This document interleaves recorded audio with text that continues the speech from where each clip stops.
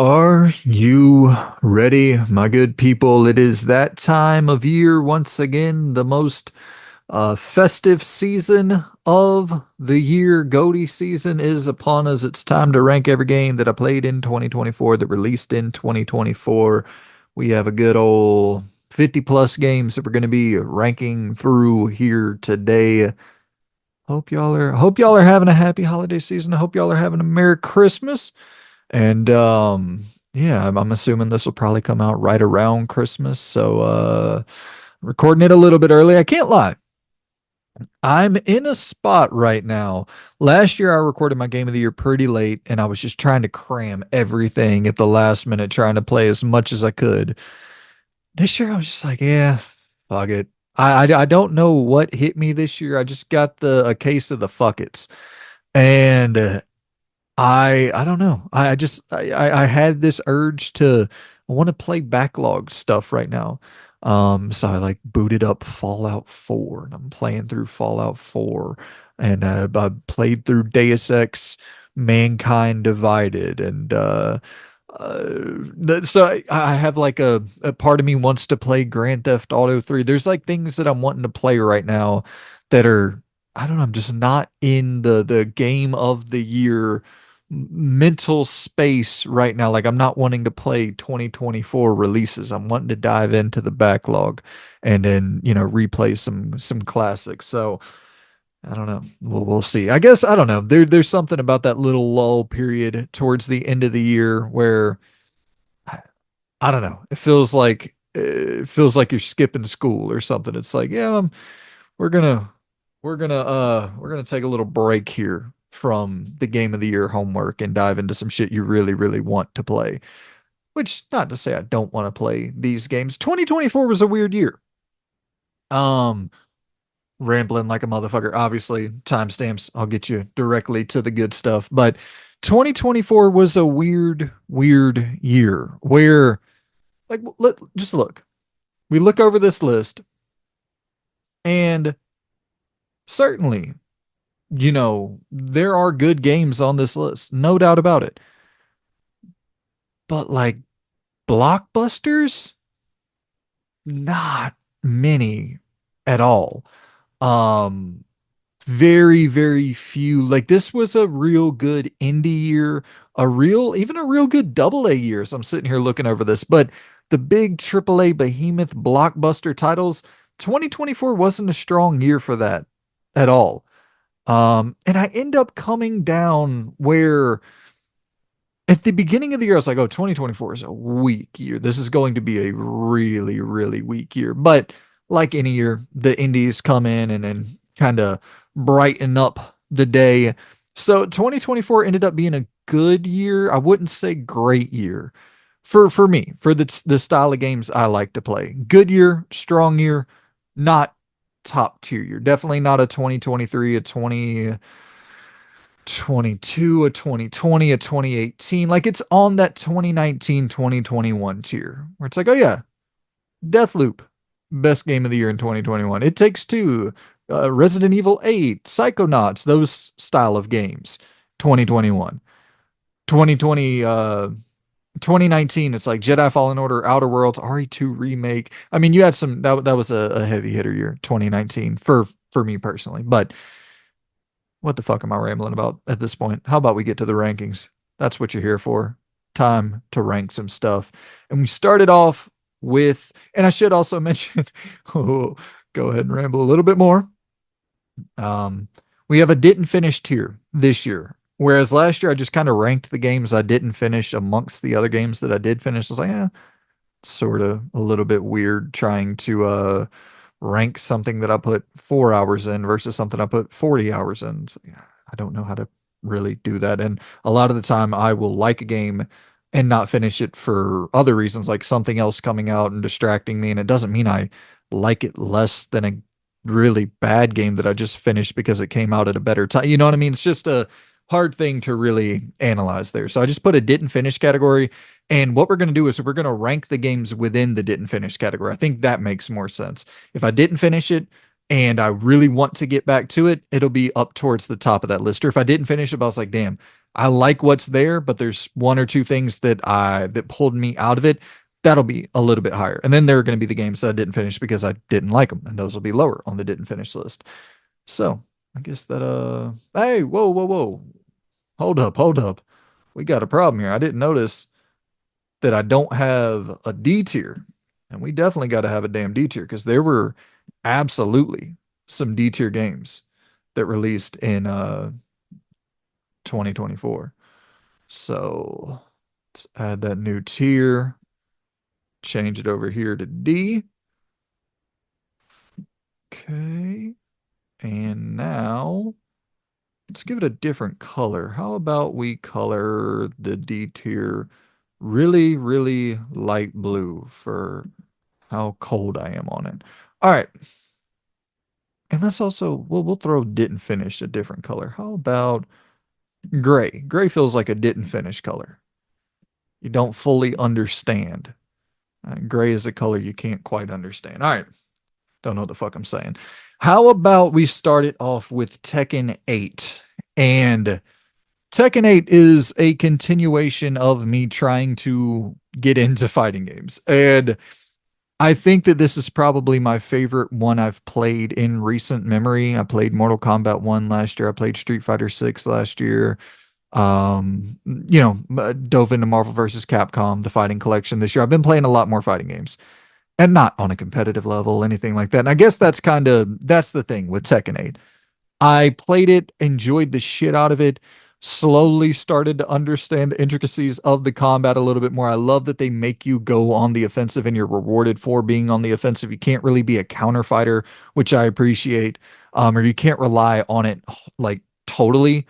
So I enjoy those aspects. I enjoyed the spectacle. This is one of the few games this year that released, and I was like, yeah, this is fully taking advantage of this, current gen hardware. Beautiful, beautiful, beautiful game. And just to not have played a Tekken game for decades and to jump into Tekken 8 and feel like I had somewhat of a decent understanding of the story and was at least able to get into it. Maybe the production value alone was I was like glued to the screen, like, holy shit, look at this. Holy shit, look at that. A moment in there where it's like full on Avengers assemble crazy shit. Yeah, Tekken 8, but that's the thing. You know, we'll go B tier for Tekken 8. And that's not really a commentary of Tekken 8 being a B tier game.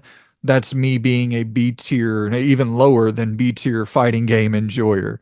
So I'm trying my damnedest to understand, appreciate the genre more, get into the genre more, but I'm still very noobish at it. Grand Blue Fantasy Relink. Um, So this man, I think is really underrated in a weird way, where it's a AAA RPG, think something like a Final Fantasy VII remake, a action-driven combat system, incredible environmental design, great world building, great scale, decent enough story, not the world's greatest story, but multiple characters that you can swap between who have their own abilities and own, mechanics. And it just, there's a lot going on in Grand Blue Fantasy Relink to appreciate, and it doesn't feel like people really do.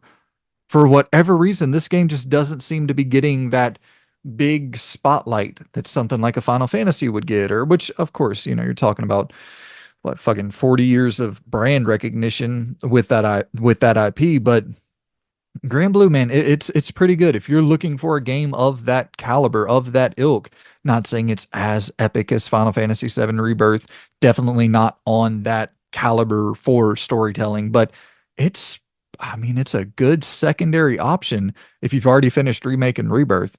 Um, real, I had a real good time with this. I'll also throw that in the B tier. I'll put it behind Tekken 8. I definitely wouldn't put it above Tekken 8, but I enjoyed Grand Blue Fantasy Relink a damn good bit.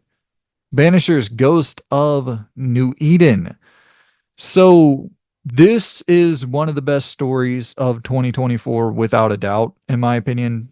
Um, I just love that hook. I love the setup of this game where it's like this thing that you are, somebody who banishes souls back to the land of the dead, or like having that flipped on its head and you having to make that decision with somebody where you're personally invested on a different level. And then it's like, do you compromise your entire livelihood and the things you believed when pursuing this career path whenever it's something that has personal stakes to you? And you're not overly invested in these other people's lives, that when you're going and banishing this motherfucker back to the land of the dead, whenever the husband, uncle, brother, sister, aunt, whenever they're begging you to keep them around, and it's like you don't give a shit there because you're all about correcting the balance of what is right in the land of the living. um do you have that same integrity when it's down to the wire and it's somebody that you're that close to? Really good hook there. God of War style combat, fun, maybe a little bit long in the tooth.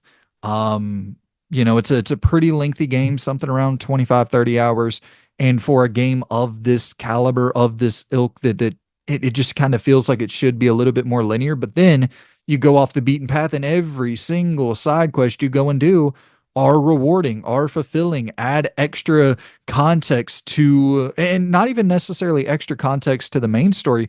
A lot of these side quests will feel like their own little main stories. Um, yeah, I don't know, man. Banishers is, it's that double A game playing in the triple A ballpark, and it really, you oftentimes you, you'll look at this thing and be like, damn, this looks better than most AAA games. These character models look fucking incredible. Um, there's a time where you're like watching the rain drip down onto the cloth of your scarf, and you'll see the smallest detail where the rain mark will be left on the cloth of your scarf. And just, I don't know, Banisher's Ghost of New Eden is really, really fucking good, man. I think I'm gonna put that at the top of the B tier, above Tekken 8. Final Fantasy 7 Rebirth. So, oh boy. This game is incredible. No doubt about it. Do I love it as much as most people? Probably not. But I'm still able to appreciate the fact that it's one of the few blockbusters on this list. It's one of the few epics on this list. And I think the character arc of Barrett, of Aerith, of Kate Sith, of like, there's a lot of great, fully fleshed out character arcs that are explored in Rebirth, other than Cloud. And I'm still just waiting for Cloud to become compelling to me as a main protagonist, to just not give a shit about him. It takes me out of the game, but I'm waiting on part three. I'm sold, no doubt. Like I played through Remake, finished it, played through Rebirth, finished it. I like these games. I just want to like Cloud. I love the combat. The combat in Rebirth is stellar. Um, Taking what they built with Remake and then tweaking it a little bit to add the extra strategy bits in there where you are kind of slowing down combat, pausing combat momentarily, and those, making those turn-based decisions and kind of getting the feel for how to blend turn-based and action-oriented combat so seamlessly together inside of one combat system. Like, they should be applauded for that. I think the mini games are unbelievably fun, unbelievably addictive, but to the point where it can kind of be a distraction. To the point where, I think there's real pacing issues with this game because of the open world. And then you have that alongside the mini games, and I'm like, shit, I just really want to get to this main story. And you can, for the most part, bypass a lot of that side shit. Um, but I mean, it's not like you can really ding the game for having fucking addictive mini games that you want to play. Like, that's a positive. You know what I mean? Doing the shit, the soccer shit with Red 13. Yeah, unbelievably fun. Unbelievably fun. Rebirth. Where do you go? Pacing issues with the open world. Don't like the open world at all, but everything else is spectacular. Huh. I think Rebirth, I'm going to drop Man, oh man. I'm gonna drop Rebirth at the top of, or the only game in the A tier for now, I think. Man, I don't know. Something about it. It's like I don't really like it being above Banishers. I like the story a lot more in Banishers. I like the combat more in Rebirth. Um, damn, that's tough. That's tough. You know what? How about that? We'll just drop it above Banishers in the B tier. I think that's fair enough. Outcast, A New Beginning. This for me, I, this is so fun. This game is so stupidly fun. And that's the thing, is it's stupid fun. No doubt about it. Like you are going to be playing through Outcast, A New Beginning, and multiple times the game is going to be damn near broken, but constantly fun. And so you'll have to deal with tech issues, no doubt, in the process of enjoying the fun. But I've talked about it 100 times on the channel. It's the thing where this game is so weirdly customizable to where you can do such silly shit that is so consistently engaging where I'm going in and I'm modding out my gun to make it to where I'm shooting mines and the mines are like attaching to people and just exploding nonstop with my automatic pistol. So I'm shooting this pistol in rapid fire succession and the mines are attaching to people's heads and they're blowing up and flying. And I got my jetpack completely upgraded to the max. So I'm soaring 500 feet in the air and smashing down with a Hulk smash power attack. It's silly, man. It's so silly. They have their own weird form of a racing game in there that is batshit, mechanically just total dog shit, but somehow you get addicted to it.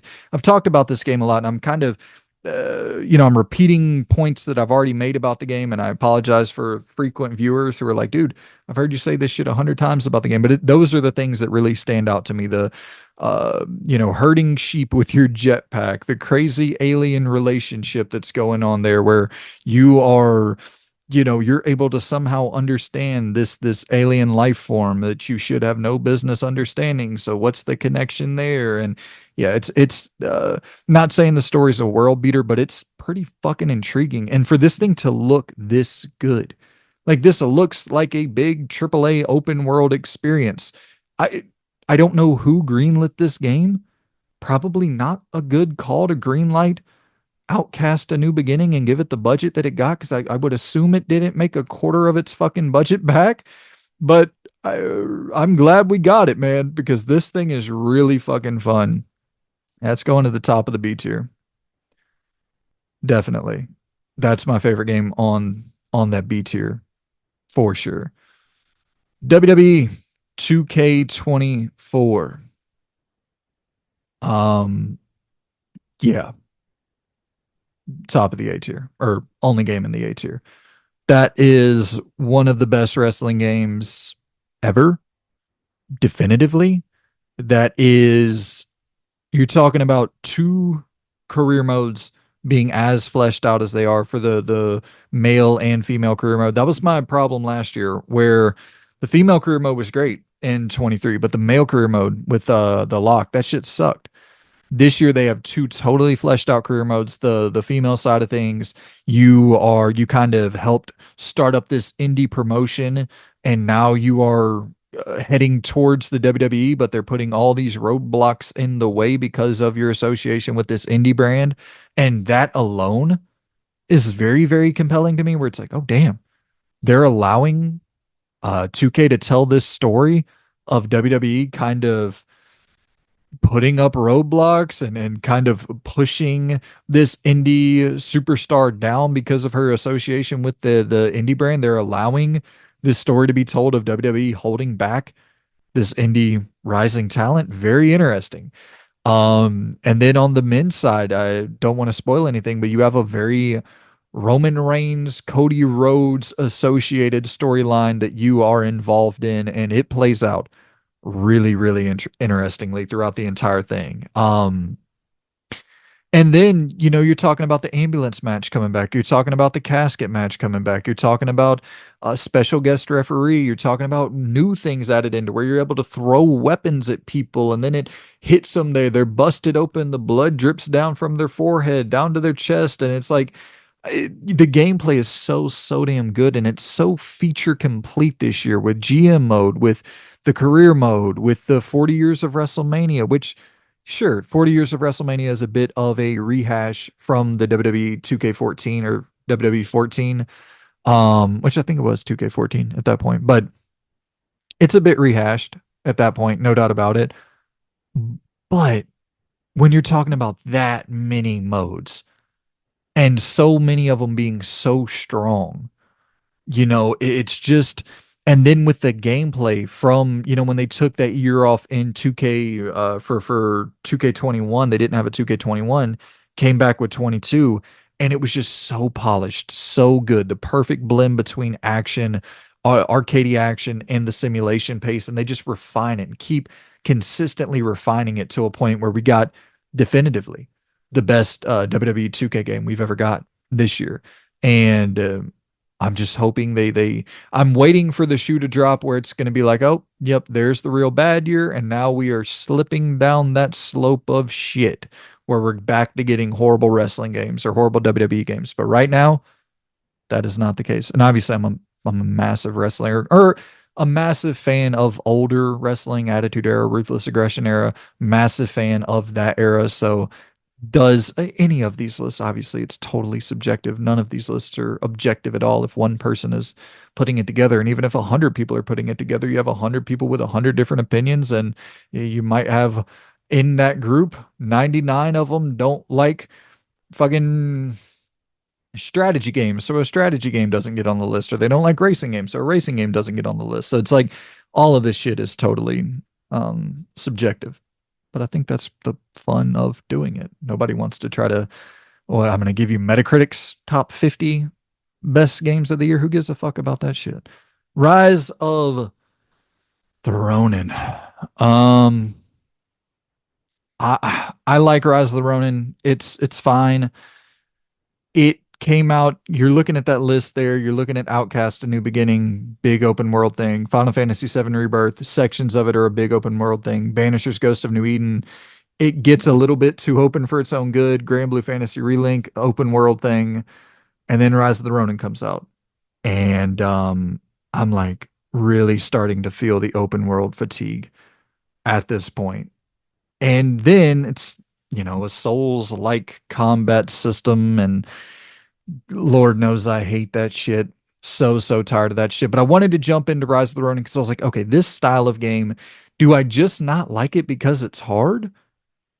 And Rise of the Ronin has a difficulty setting. So I'm like, cool, I'll just drop it down to easy to see if I can learn to like the Souls like genre.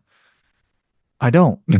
Even on easy, I still don't like this stamina dependent combat system. It's a slog to me.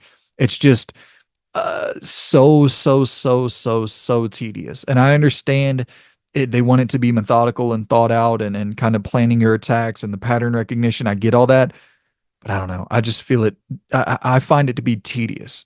And no doubt that there's a good game in there. I think the opening of the story is really strong. I think the finale of the story is really strong. I did finish it, put like fucking 25, 30 hours into that thing, but you know, it's definitely not. I mean, it would have to go in the C tier for me. And that's once again, all of this is subjective. That is me saying I just don't like that style of combat. And I think this game kind of woke me up to be like, yeah, let's not even jump in to this style of game anymore because it has zero to do with the difficulty. And I always thought it was. I was like, I'm just not good enough at this shit. But then dropping this down to easy and you can breeze through Rise of the Ronin on easy. I still don't like the fucking combat at all. So, yeah, but if you are a fan of this genre, there's a good game in Rise of the Ronin. Alone in the Dark, such a solid video game. Alone in the Dark doesn't get enough credit for being a very good modern Resident Evil like. I think that Obviously the studio got shut down, which is ridiculous. But I think that when you look at this game in a trailer or even if you're watching gameplay of it, it's one of those things where it doesn't convey how fun it is until you get your hands on the controller and the feeling of being in the world and the looping environments and the incredible map system to where it's laid out and gives you so much information of where you've been, where you don't need to go back to, and also the little subtle things that they'll do with the level design where okay, I don't need to go back down here, but there's this ladder that leads me back down to this area that I don't need to go, but I don't know that I don't need to go down there, so I would probably travel back down that ladder. Well, in the game, they'll like kick the ladder down. Something will happen, the ladder will fall, and you're like, well, I can't go back down there. And it's like, well, yeah, because you don't need to. So they're doing little subtle things that are kind of unnerving, a little makes you a little uneasy. It's a little spooky like, how did that ladder drop? But in reality, in terms of the game design, it's really intelligent because they're saying you just don't need to go back down there. We're gonna make it feel spooky of what happened to that ladder. But in reality, you just don't need to go back that way. So keep it pushing in the direction you were going. Which is it's great for survival horror to keep you on a steady pace. You do a little bit of backtracking, but it's not to a crazy degree. This game is smooth, man. This thing just goes down really, really easy.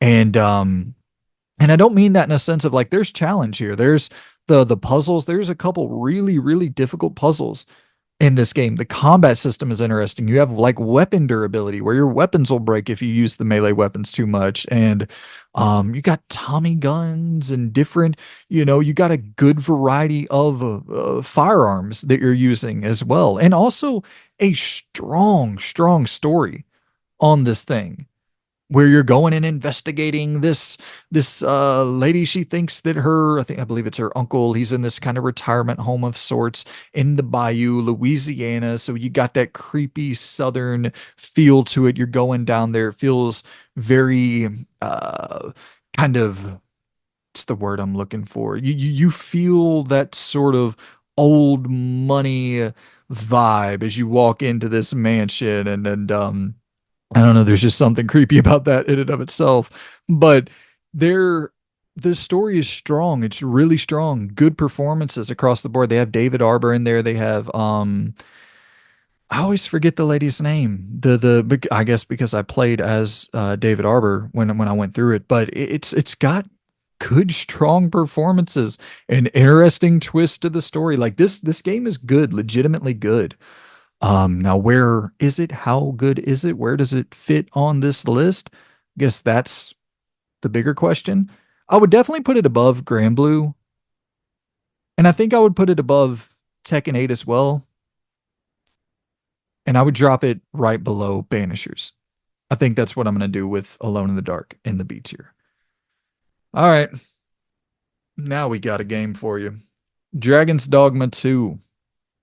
Um, this is a weird game to talk about because like I don't know.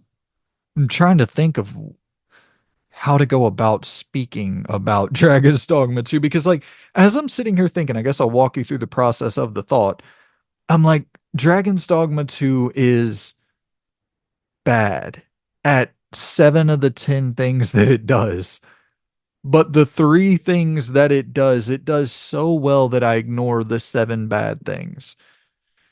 And maybe that's unfair when you look at a lot of these other games on here. It's like, dude, hey, we do like 9 of the 10 things good. Why are you about to drop Dragon's Dogma 2 above us? But in reality, man, Dragon's Dogma 2 is one of my favorite games of the year without a shadow of a doubt. It's a roller coaster. The highs are very, very, very fucking high, and the lows are very, very fucking low. Let's go ahead and get it out of the way. The open world is god awful. The story is god awful. Um, the technical issues are god awful. Your frame rate's dipping all over the place. Like, there's a lot to criticize with this game, but it's got some of the best melee combat I've ever experienced in my life. It has some of the most interesting dynamic encounters that I've ever experienced in video game history. And we've talked about this to death as well. where me and Loon are just sitting there sharing water cooler stories about, yeah, this fucking big old dragon, I jumped on top of it and it flew me all over the place. This big old fucking, I don't even know what you call them, griffin, eagle type, big old bird. I'm fighting this bird. I hop on its back. I'm literally climbing on this gargantuan bird's back. I'm stabbing it to death with my dagger, and it takes off and flies me 100 miles in a different direction, and I stab it to death as it falls down into this body of water, and then the body of water is attacking me, and it's a world that is constantly attacking you, constantly at odds with you as the player. And then you go back to what we were just talking about. That can be a problem where you were 100 miles in the other direction, and you just got picked up by this bird and flew 100 miles back in the opposite direction, but you don't have a functioning fast travel system, so you're hopping on the back of a carriage, and then you're on this wagon, and you're slowly traveling back to where you came from, as you got to take multiple different pit stops to hop on a new carriage to get back to where you were going. Like, this game can be so fucking frustrating. I know a lot of people found this to be really hard, like really difficult. I didn't so much find it to be that difficult, but once again, that's the thing. This style of combat, quick moving, hacking and slashing super fucking fast. I don't typically have a problem with those games. I have a problem with the slower games. Um, but I mean, just the different vocation systems, how fun it is to mix and match and swap to different play styles and try out new things and exploring, you know, um, it's just, it feels like a world that is, it's so it's so constantly interesting, the encounters that you're going to face. Rather you're, riding on a dragon or riding on this big old fucking griffin, fucking eagle thing, or toppling over a giant, and then the giant is in between this platform and you walk over the giant. There was once a bridge there, the bridge falls down, but you end up toppling over the giant where the bridge once was, and now you're walking over the giant as if it's a bridge to get to the other side of the platform that you couldn't reach. Like, it's just a weird, fun video game. Like I said, some of the most fun melee combat I've ever experienced in my life. I think I gotta go. Yeah, I mean, this is top of the A tier, without a doubt. That's definitely a game of the year contender for me. I 1000% understand why it's not for a lot of people. And that's the thing. Like, something I really, really love, I can still understand why it gets criticized as much as it does. There's some real flaws with that game.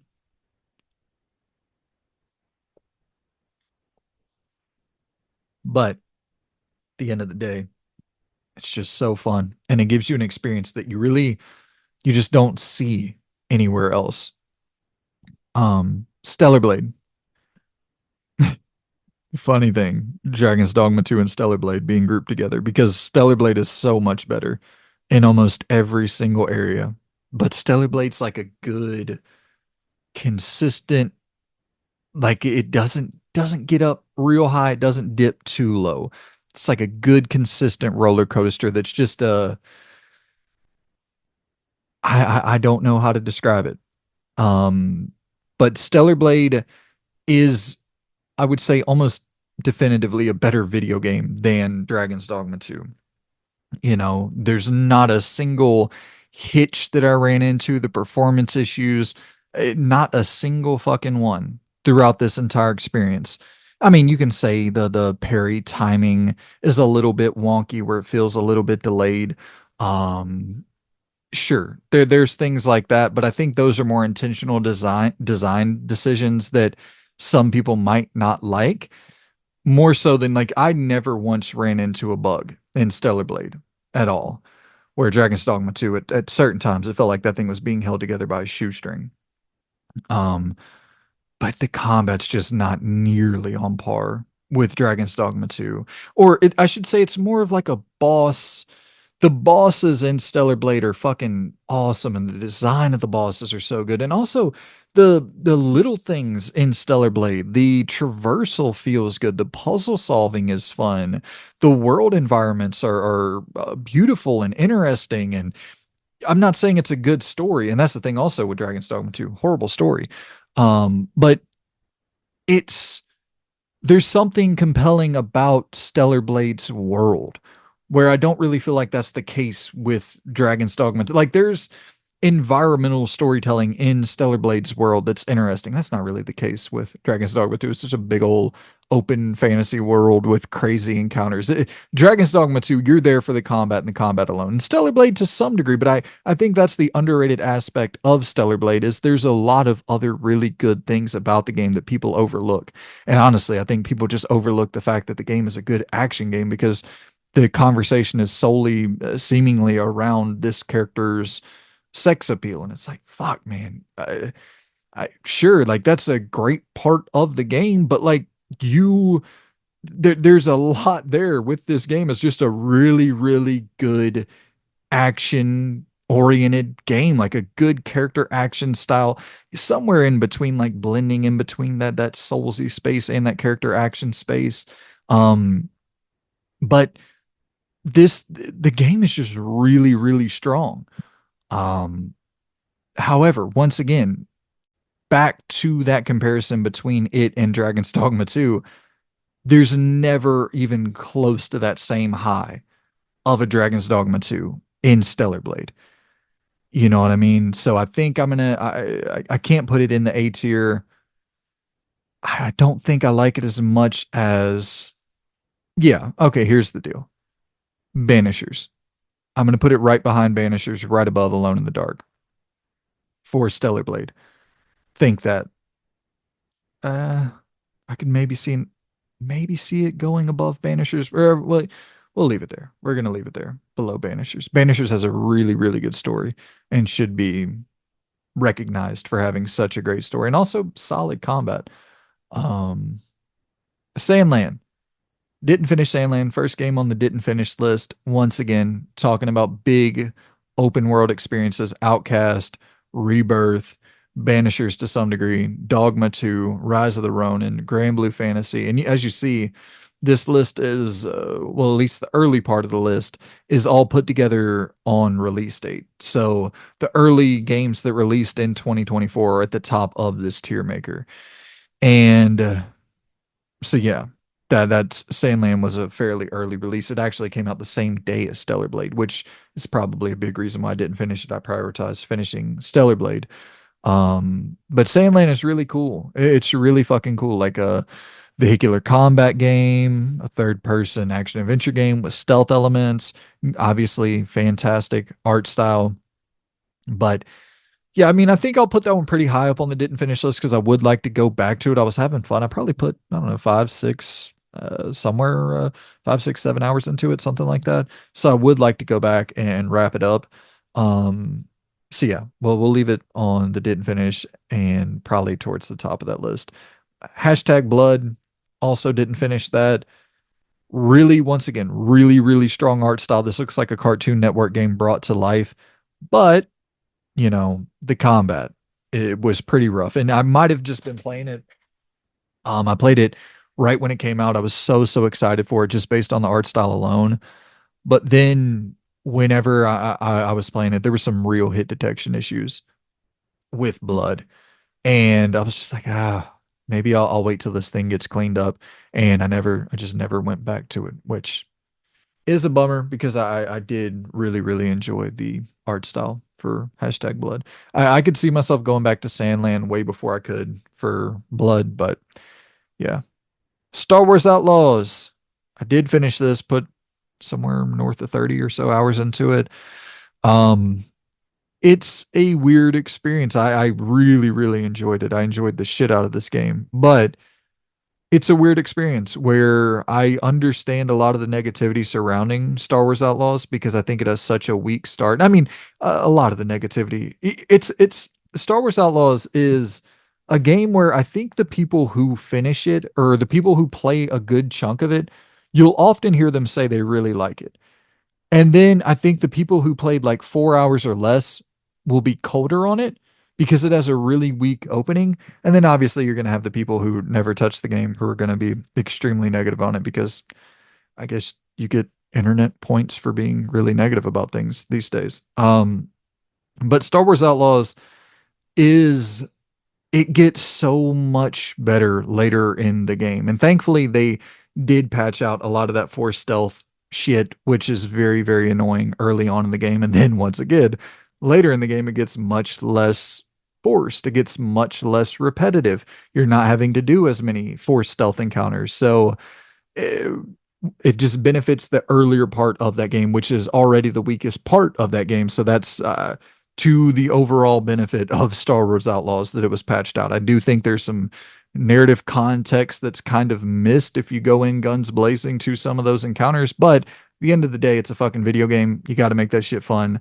And you need to make it immediately fun. That section early on where you're just kind of going around and picking up, oh, I gotta get some money, and wow, what a weak opening for such a good game. The third person shooting is rock solid, developed by Massive, the people who made the Division, but getting to go in and make like a fully single player experience. But they keep that core shooting from the Division, and it's rock solid. The speeder bike is incredible to zip around on in this open world. The spaceship, the space exploration is really fucking fun. Getting into the dogfights is enjoyable. It's just a fun game. The faction system being in place where it's like, oh, at the end of pretty much every mission, you got somebody hitting you up. It's like, well, this package that you have, you can return it to the huts, and you might piss off the Pike cartel, but hey, we'll bump up your bonus an extra 25% or whatever the case may be. And that shit is compelling, trying to keep in some reasonable standing with these different factions and trying to, as your standing increases with these factions, I'm able to just walk into outposts, to these different camps, and if there's a key card that I need or whatever the case, I can just grab it right off the desk because nobody's suspecting anything of me because I've been consistently helping that faction. So as long as I'm kind of sneaky, where there's the card on the desk and I'm just gonna I'll walk over to it, make sure nobody's looking. Boom, pocket that bitch real quick, and I'm out the door. Nobody knows the difference, and I'm still in good standing with them. If as long as they don't spot you, your reputation doesn't decrease with that faction. I love that it's not this overly loop dependent thing. I love that it's not this overly you're not going through and, oh, I got to pick up this to upgrade 2% on this, and it just flows. It's a good action adventure game with a lot of systems, and um but not a lot of tedious systems. When enemy drops a weapon, cool, I'm gonna go over and pick up that weapon and use it immediately. Like, I don't have to, "Oh, I gotta get to this percent upgrade before I can use this style of blaster." No, they drop the blaster, I go and pick it up and use it fucking immediately. And yeah, I really, really enjoyed Star Wars Outlaws. The story, Ubisoft has to figure out why they can't tell compelling stories. They just don't. They just are not on par with other AAA publishers in the storytelling realm. And I don't get it. They're so far behind on motion capture and just visuals alone for character models. The world building is incredible. This is some of the best world building you'll ever see in a Star Wars video game. Sabacc is so fucking addictive, so fun, and having the little cheats that you unlock throughout the game in Sabacc. It's a fun video game. It's a very, very fun video game. This blend of Uncharted and a little bit of Starfield and a little bit of, you know, I shouldn't say like Mass Effect, but some level of choice and agency and in the narrative a little bit. More so with the factions than the actual narrative, but this is a good game. I'm gonna go.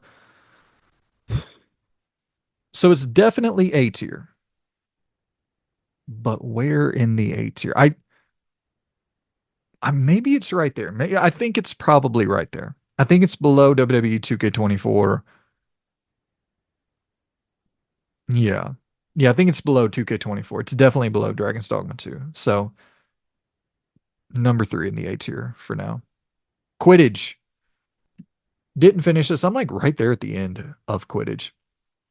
I'll put it, I mean, I don't fucking know. I'll put it above Blood, below Sandland, I guess, because it's not like I really had any issue with the game. I was just like, it is what it is. I think I just started the final, not just started, but when I put the game down, I had just started the final run of the game where you start playing on hard and you got to finish like 4 matches or something like that on hard. I had just began that. I think I went through one of them. Um, and yeah, it has a couple camera hiccups here and there, but overall, I thought the game played well. I thought it was fun to play. I think with the poor performance sales wise, I hope that they just put it in Hogwarts too, because that would be super sick. Going in with the character that you created and having some investment in, picking your play style and shit like that, and picking the gear and having that gear be represented on your character, that would be really cool. But there's just not that level of investment here. And I think that the right move is just to put it in Hogwarts too, not do another standalone game.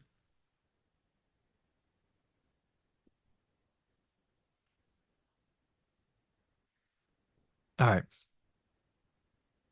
moving on to Astrobot. I am Astrobot. Um, Game of the Year 2024 at the old TGA's. Got to give it a shout out there, which, you know, I think it's deserving. Once again, it's not a crazy, crazy year. Where in like 2023, no chance, Baldur's Gate and stuff of that ilk, a Tears of the Kingdom, or 2022 with Elden Ring and Ragnarok, or but once again, I think that that kind of lines up for this style of year. 2021, sure, an Astrobot can beat out Deathloop and It Takes Two, or maybe it can beat out It Takes Two, but yeah, that makes sense. Or a 2019, sure, Astrobot can beat out a Jedi Fallen Order or a Sekiro or a Resident Evil 2 remake, possibly. Yeah, and I think that just kind of lines up with the caliber of year. I think this is a 2019, 2021 style year. Definitely better than a 2014, but a mid-tier year, a good but not great year. And Astrobot winning game of the year, I think, represents that well. Um, Not to say Astrobot's fucking fun as shit. I don't think that there's very few games on this list that I had more fun playing this year. Astrobot is such a it's like cotton candy. It's like cotton candy at the fucking fair. Like it's just good. You know what I mean? It's just it there's nothing about this experience that you're not going to enjoy. It's light, it's smooth, it's you know, to me, I think it, I'm not saying like it's junk food gaming. I really don't think that at all. I think there's substance there. I think there's uh, in terms of each level having you a new ability, or not every single level, but a good majority of the early levels having a new ability, having I mean I talked about it twice for best moment in our award show, where you're slowing down time and jumping across the cards, or the one where you're slowing down time and jumping across the knives, where you shrink down. I mean, there's sections in this game, like the God of War level is fucking impeccable. Better puzzle solving in Astrobot than anything in God of War. You're playing as little Kratos bot, and the puzzle solving is better in Astro than fucking God of War, Ragnarok, or 2018. Um, I don't want to spoil anything, but uh, I guess just go ahead and skip ahead like 45 seconds and we'll be off Astro, but or at least off the quick little spoiler, but the fucking Horizon level at the end. That Red Sea and the art design and just the scale of certain encounters in this game was fucking epic, man. A really, really fun video game to play. Like just nonstop happy fun, and the pacing of Astro is so strong, where a lot of games that are, platforming or puzzle solving, you you'll run into those little moments where it's like, shit, I don't know where to go. I don't know what to do. I don't know how to solve this puzzle. And you look it up real quick and you find the solution. You're like, shit, I shouldn't have looked that up. It was right there. Astrobot never has that. You are constantly moving forward. The progression feels so natural where I don't think I looked up anything playing Astrobot. It was just a constant moving forward. And for them to nail the flow so well with Astrobot, and make it so natural to where people aren't having to pick up their phone to find out the one secret room that you need to go into or the one, room to get you to the next area because you designed it so poorly that people can't see where the fuck they're supposed to go. You know, those are those are the things that they nailed the level design from an art style perspective, but also from just a pacing perspective. Astrobot's got to go. I mean, yeah, it's an A tier game. Yeah. I mean, there's no doubt about it. Now, placement is a little bit tricky. Yeah, no, it's not really. I think that's where I would place it, right below Outlaws at the bottom of the A tier. I do think the boss fights are a little bit weak in Astro, especially in terms of iconic new villains that you're running up against. I know the core of Astro is like this PlayStation recognizing and really trying to put on a pedestal the history of PlayStation, which is cool because I've been a fan of PlayStation my whole entire life. But I think that not having those iconic PlayStation villains, like it would have been so cool. And I know that obviously Square Enix isn't involved, but it would have been awesome to go up against a Sephiroth or all the different, you fucking pick one, Psycho Mantis, or just pick a Metal Gear Solid villain to throw in there. And once again, I know that we're not talking about first party stuff here. Um, and you're not going to go up against Rafe or whatever from Uncharted. So, or, in a battle against Nadine. But I don't know, maybe something like that would have been cool. But I don't think that they had necessarily the top tier boss fights in terms. Some of the design for boss fights are really cool, but nothing overly memorable for me. And obviously no story or anything like that, but I'm not going to knock it for something it doesn't even try to do. Space Marine 2. I So this was a fun game. Definitely a fun game. I think that the parry system in this is some of the most fun in terms of mechanics from this year. It's some of the most fun fucking just every time you hit that fucking perfect parry. It feels so stupidly satisfying. Stupidly satisfying.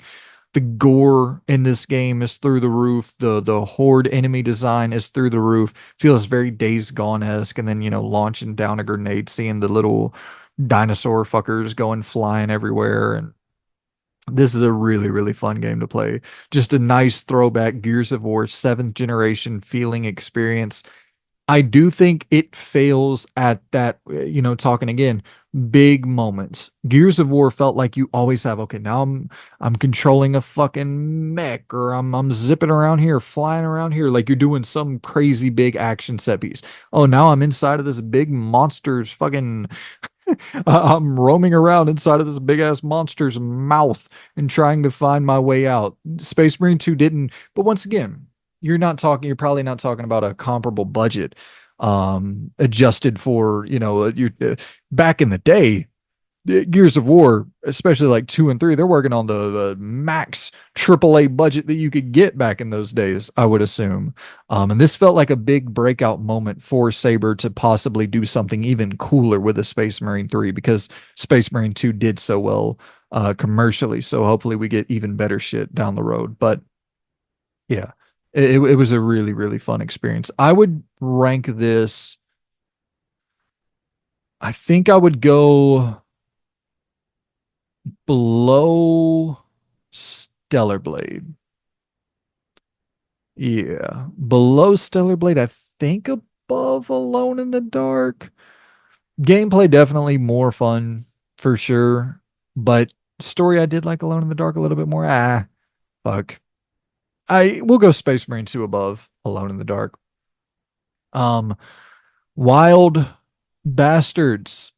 So this is a board game meets a first person shooter meets a roguelike experience. But let's be very clear, the roguelike shit isn't nearly as annoying. If you're not a fan of roguelikes, I wouldn't say completely ignore this game because it more so plays out like a pretty linear first person shooter with some cool board game mechanics.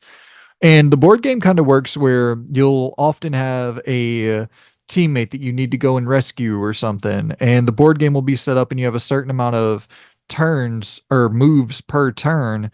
And there will also be things on this board game where it's like, okay, well, here's a health upgrade, here's a new ability point or whatever the case may be. So you're trying to strategize and plan out each turn so that you can get the things from the board that you want to get before going and rescuing a teammate. And then you also have enemies who are roaming on the board and they have turns as well. And there might be like a roadblock that you run into if you're not planning out, which you're going to run into these roadblocks regardless if you're the fucking strategist of the year. But um and then it goes into a first person shooter.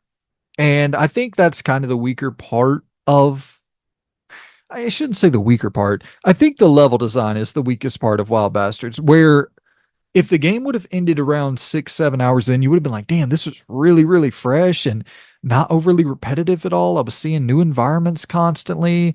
I was using new characters and they all have their own sort of play style. And got a character that's shooting out fire, and you got your bow and arrow characters, and you got a frog that you can fucking play as. And there's some good variety there. But then the game stretches out to like almost 20 hours, and you're like, oh shit. Now I've saw the same level 100 fucking times, and it's good, but not 100 times good. And yeah, so I'm going to drop it in the C tier for that. I'd put it above Rise of the Ronin, but not, yeah, definitely not a B tier game for me this year. And let's see. Next up on the chopping block, we have WWE, or no, NBA 2K25. This didn't click for my friend group this year. We often, NBA 2K is one of our pretty consistent games in the rotation for some good couch competitive play. But this year something just didn't click. And I have a buddy who really plays NBA 2K hardcore, and he said something about the movement just didn't feel right, and the jump shot, the timing, how they switched up the timing of the jump shot just didn't feel right to him. And it's like, I don't know. I'm a pretty casual NBA player. I just play it because they like to play it. And I loved it back in the day. You put me on some NBA 2K14, and then we're gonna have some damn trouble. I probably shit, dude. I probably put I maybe more so from 2K10 to 2K13. I don't, honestly probably all the way up to like 2K18, 19. I probably played at least 50, 60 hours of all of those, like each one 50, 60 hours. So I loved the NBA 2K games of the past, and I like them still now, but there's definitely shit that needs to get worked out. The My NBA mode, the little franchise mode, there's a lot of cleaning up that needs to be done there. I know that's not their sort of breadwinner, that's not where they really make the big bucks because there's no microtransactions and shit, which is why older people like myself dive into it, because we're trying to avoid all of that shit.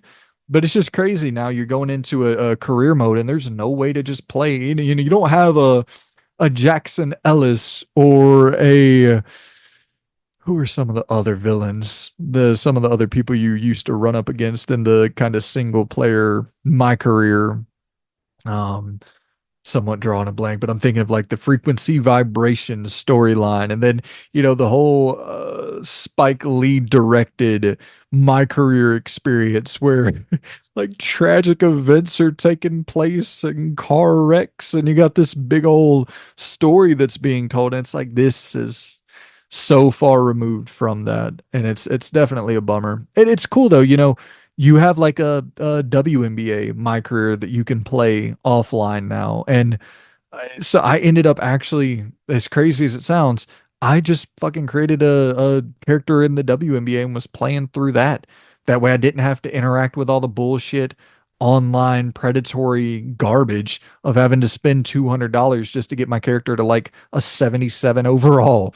Um, so yeah, but it's still such a bummer that you can't play a fucking career mode offline and have somewhat of a decent story, at least like leading you into the NBA like it used to do. None of that. Um, it just really, really bizarre. I'll go. Yeah, I mean, I think I got to go D tier this year. I don't think it's like a D tier game. I like how it plays to some degree. I like the setting up your dribble into the shot. I think it feels more natural, but just in terms of we didn't play it this year, and it's a rarity where we don't dive into the 2K games. We just didn't play this much at all in 2024. College football 25, however, we did dive into in a big way. Um, I platinumed this thing on PlayStation, 100%ed it on Xbox. Probably fucking I mean it's definitely my most played game of 2024 without a doubt. When I factor in how much I played on my buddies' consoles, when I factor in how much I played on Xbox, then bought it again on PlayStation to get the physical copy, um yeah, I played the shit out of college football 25. I think that it just feels the flow is so fucking fun. I love the flow of this game. It feels more arcadey, which is my preference for football games or really for most sports games in general. It still has that sim feel, but then, it's fast as fuck, man. Pitching that ball back so quick, hitting those jukes and then, following those blocks. Like it feels so quick compared to Madden. And I love the new option system to where to hand the ball off in the option you let go of X, which makes sense to me in my brain because it's like I'm letting go of the ball. So I'm letting go of X. If I want to hold the ball with the quarterback, I hold X. It just works for my brain. I never understood the other system. I could never really get down like the read option. Um, and jumping over people is so damn satisfying in NCAA 25. So satisfying to jump over people. However, this is where we get to that Dragon's Dogma 2 issue, where there are notable flaws with this game that we could really comb over for days. The sim structure to the Dynasty mode is quite dog shit at times, where you'll be Alabama losing to FCS East or whatever the fuck, and you're like, how? Um, and so things like that are frustrating. No doubt about it. Things like just from a presentation standpoint, the fact that like you have one song every time you boot up the menu, so you're going to hear the same damn song. And if you play the game 100 plus hours, that song gets pretty fucking old. And then, not having the high school system set up for your Road to Glory mode, not having the Aaron Andrews presentation, the Kirk Herbstreit presentation, not having those core features that we used to have back in the day. It's like, why? And I mean, I understand incredible foundation, incredible building block. But I think that's the thing where mm, this is tough. It's probably my favorite or one of my favorite games to just play. But you got to acknowledge the amount of flaws. And if we were talking about WWE 2K22, I would rank WWE 2K22 much lower than I'm ranking 2K24 because yes, in WWE 2K22 I acknowledge the bones are really really good on that thing. They're great. But you got to build. You got to build. You got to make this a more feature complete experience. That's how I feel about college football 25. You got to build. There's a lot of work to be done. So it doesn't feel like this is the year where we really need to reward uh EA. Even as much as I love it. But is it like it's once again, I probably love it. Even though I do play it alone, I play it solo. I booted up Road to Glory mode recently where I picked the lowest star rated player out of the whatever five you can choose from, and I'm just building up, going through practices, not playing, not touching the field at all. Just going through practices and then trying to get more trust from my coach to rank my guy up with his attributes. Like I just like playing this game. But I also play a shit ton of it with friends, and that's the thing where any sort of co-op experience is always going to heighten your enjoyment factor of a game.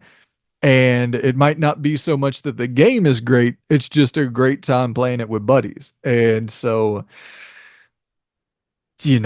that's like it's not better than anything on that A tier. But I gotta put it on the A tier because I love playing it so fucking much.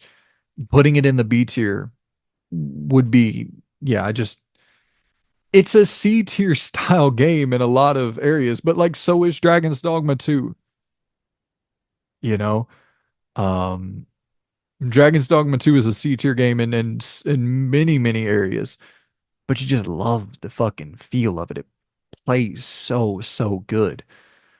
So I feel kind of exactly similar in the weirdest way from a fantasy hacking and slashing action game to a college football video game. Plucky Squire. Didn't finish. I'm right there at the end of it. So I'll put it. This would be one of those things. I think it did get a physical release or it's about to get a physical release. I'll probably pick up the physical and just wrap that thing up. I only got maybe another 3 hours on it. The art style is impeccable. The first time you go from 2D to 3D is incredible in this game. It is a sense of just a sense of like perspective that a change in perspective that feels so unique, and seeing the world out of a totally different viewpoint instantaneously is so satisfying. But something about this game just once again, talking about Astro and the flow of Astro, you're just going, you're moving, the progression is so satisfying. It doesn't feel great to progress in the Plucky Squire. Like you play it and it's not one of those games I could just play for 2, 3 hours. I'd play it for 30, 45 minutes, be like, oh, I'm gonna put this down. I'm gonna jump into something else for a bit, go back to it, be like, okay, I'm gonna try to really get through it now. I'm gonna try to go for a 2 hour run. And then after an hour, I'm like, I'm gonna put this down. So maybe I'll pick it back up again and try to go for a real run, try to play it for like 3 hours straight and see if I can really get into it. But this was probably my most anticipated indie game of all time. Um, so this is the weird thing between anticipation and delivery. It did those two things didn't quite meet at that perfect intersection. The casting of Frank Stone, Supermassive's best game since, well, it's on par with, it's like 2 tiers below the Quarry and Until Dawn, but a tier above the Dark Pictures games. It's kind of how I view the casting of Frank Stone. It's got a really cool premise of like this upstart film crew going and filming at what is believed to be like this haunted location. I think that the actual horror, when it gets to the horror of this game, whenever it's like really revealed what is not to spoil anything, but when the real horror bit happens later on in the game, it's like, oh God, so corny. But leading up to that, solid, great performances for the majority of the cast in the casting of Frank Stone. So I mean, I'll go C tier, but I think I'd drop it below. Yeah. Well, oh shit, that's Nobody Wants to Die. Um, we'll drop the casting of Frank Stone below Rise of the Ronin. And I guess moving straight to Nobody Wants to Die. I think honestly, yeah, that makes sense. I'd put it in the C tier. Yeah, I'd still go below the casting of Frank Stone for Nobody Wants to Die. I think this is a cool like detective game. And it's a futuristic detective game, but a lot of the architecture in the world is very old, archaic. It's like 1930s buildings and cars and so there's that retro futurism thing going on here. And to me, it's a walking sim. Like, no, there's no two ways about it. It is definitely a walking sim. You do have some detective elements where you're going through and examining clues and trying to piece shit together, and you have this device that allows you to like rewind time. And so there's some mechanical variation throughout the experience. You're going back to your apartment and lining up these different clues, and there's a little bit on offer. The story is solid. It's bleak, it's dark, it gets pretty fucked up at times. And the vibe of the world, the atmosphere in this game is fucking impeccable. It's a beautiful, beautiful game, a real looker. But, you know, in terms of what you're doing with your hands on that controller, you can at times kind of, you know, damn near fall asleep. Gory, cuddly carnage. Didn't finish it. I'd probably drop it below Blood. It's more, it was more polished than Blood for sure. A little cat on a hoverboard, kind of a character action cat on a hoverboard, hacking and slashing, chopping off fucking, what is it, like sheeps that you're fighting and shit? You're just completely decapitating sheeps. Batshit crazy. And you're grinding with your hoverboard across these different rails, and there's some platforming sections, and it's got some cool stuff going on there. Played it for a couple hours. I was like, it's just if here's the thing with that didn't finish list. If I'm gonna go, that's the last thing I would go back to currently on this didn't finish tier. Well, we'll go ahead and add something else. Looney Tunes, wacky fucking what is it? Wacky World of Sports. Yeah, Looney Tunes, Wacky World of Sports. This is this is really, really rough. And like I said, I'm a big basketball fan. So obviously I jumped straight away into the basketball. The basketball is horseshit. It's awful dog shit. Just it's so bad. You have golf, tennis, and soccer as well as basketball. And the other sports are okay. Most of them are decent, but basketball is so bad. So for that, I just had to put the thing down. I'm not playing no more of this shit. You can't miss. You don't miss jump shots almost ever. And you can't really play defense. It's like, so we're just gonna score nonstop. Okay. I okay. Metaphor Refantasio. I did not finish this, but yeah, that's the weird thing. I'm never going to finish this game. I have no desire to ever finish this game. But quality wise, if we're ranking this in terms of quality, it would probably be right there at the top or right below Sandland. Like this is a really, really good video game. It's got a really compelling story. That quest for kingship was really interesting. I think that the art style is fantastic. I think honestly the turn-based combat, even though that was the thing that ended up putting me off of it, or the thing that made me want to stop playing it, was like, okay, after 20, 30 hours of this, I don't really want to keep doing this style of combat over and over and over. But the blend of action combat and turn-based where you can go in and hack weaker enemies and just quickly take them out. That way you're not constantly having these random encounters spawn that take 5 minutes to get through just for you to get rid of weaker enemies, like picking up the pace a little bit. I really appreciate, and those are the things that are going to make me get through a JRPG, or a turn-based JRPG, I should say, because this isn't a genre that I frequent. I'm not a big turn-based JRPG guy, but these little evolutionary steps are eventually going to make me a fan of the turn-based JRPG. Like I can feel it. I like the art style. I like the anime cutscenes. I like where they were going with the story. They were tackling some deep ass subject matter only, even in the 20 or so hours, 20 30 hours I played with the game, they were really getting into the story in some interesting ways. And so it's the thing where the turn-based combat definitely got tiring, but really the Achilles heel for me was the day-night cycle. That just felt like I was having to do the weaker shit to get to the good shit again. And I was like, this story is so well presented. It's so constantly interesting. And then I'm going off and doing a bunch of side shit that I just constantly find dull, from the serious dip in presentation quality to not having the voice acting to, just some of the sort of tedious shit that you're going and doing. It's like, man, that main story is so compelling. Let me go back to that. So yeah, that was why I ended up jumping off of it.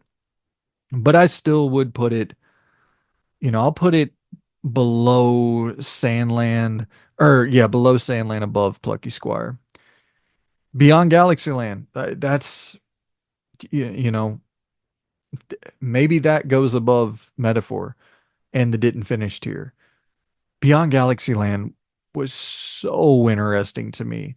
The narrative hook of these billionaires creating their own utopia and kind of naturally selecting people who are going to join them in this utopian society that they're trying to build. And you end up being one of the people and you kind of get chased, and there's sort of this alien angle going on, and you end up running through a portal and you pop up in this unknown area, this unknown location. Like, what the fuck is going on? And then you got races taking place. You got like speeder bike races taking place. You got an actual spaceship that you're going and flying around in, and you got 2D platforming. You got hack and slash combat. You got turn-based combat. There's so many fun bits to this game. To me, it came out at a really really rough time where I was playing a lot of other shit that I was more like committed to, and that's, once again, turn-based combat is typically going to be the thing that I kick to the side. If there's other, action-oriented games that I'm playing and enjoying, I'm typically going to bounce the turn-based game. But Beyond Galaxyland, I'll put that I'll put that right below Metaphor. Even though I probably would, I'm more likely to finish Beyond Galaxyland, but I acknowledge Metaphor's greatness. Parcel Corpse, um, we'll go above Plucky Squire, below Beyond Galaxyland for Parcel Corps and the didn't finish tier. This is a, Paperboy, Tony Hawk, Jet Set Radio combination where you're playing as a mail carrier on this bike and you're essentially an Amazon guy driving around on a bike delivering packages, but you're rail grinding, and it's so mechanically involved. And I think that's the reason that I ended up putting it down, where I played it and I was like making good progress. I was almost finished with the game. I don't know, like halfway finished with the game, something like that. And I probably put, I don't know, 8 hours into this thing, something 6 to 8 hours, somewhere in that range, I would assume. And still had a lot to go when I looked it up. This is a pretty chunky game. Um, but so I put a lot of time into it, and then something ended up coming out, and I went back to Parcel Corps, and I was like, golly, this thing is, I forgot how mechanically complex it was. Where, okay, now I'm riding downhill, I need to use that momentum, and there's a button that allows me to kind of lean forward to gather my speed. There's a button for like sliding under 18 wheelers and different posts that you're having to slide under, and there's like the it's not the typical, okay, I'm gonna press triangle to grind, and I'm gonna do X to jump, and I'm gonna, like, it's not the Tony Hawk kind of template that we all know. So it was a little bit jarring to put it down for a bit and then try to jump back into it. Um, Hold on one second. Oh,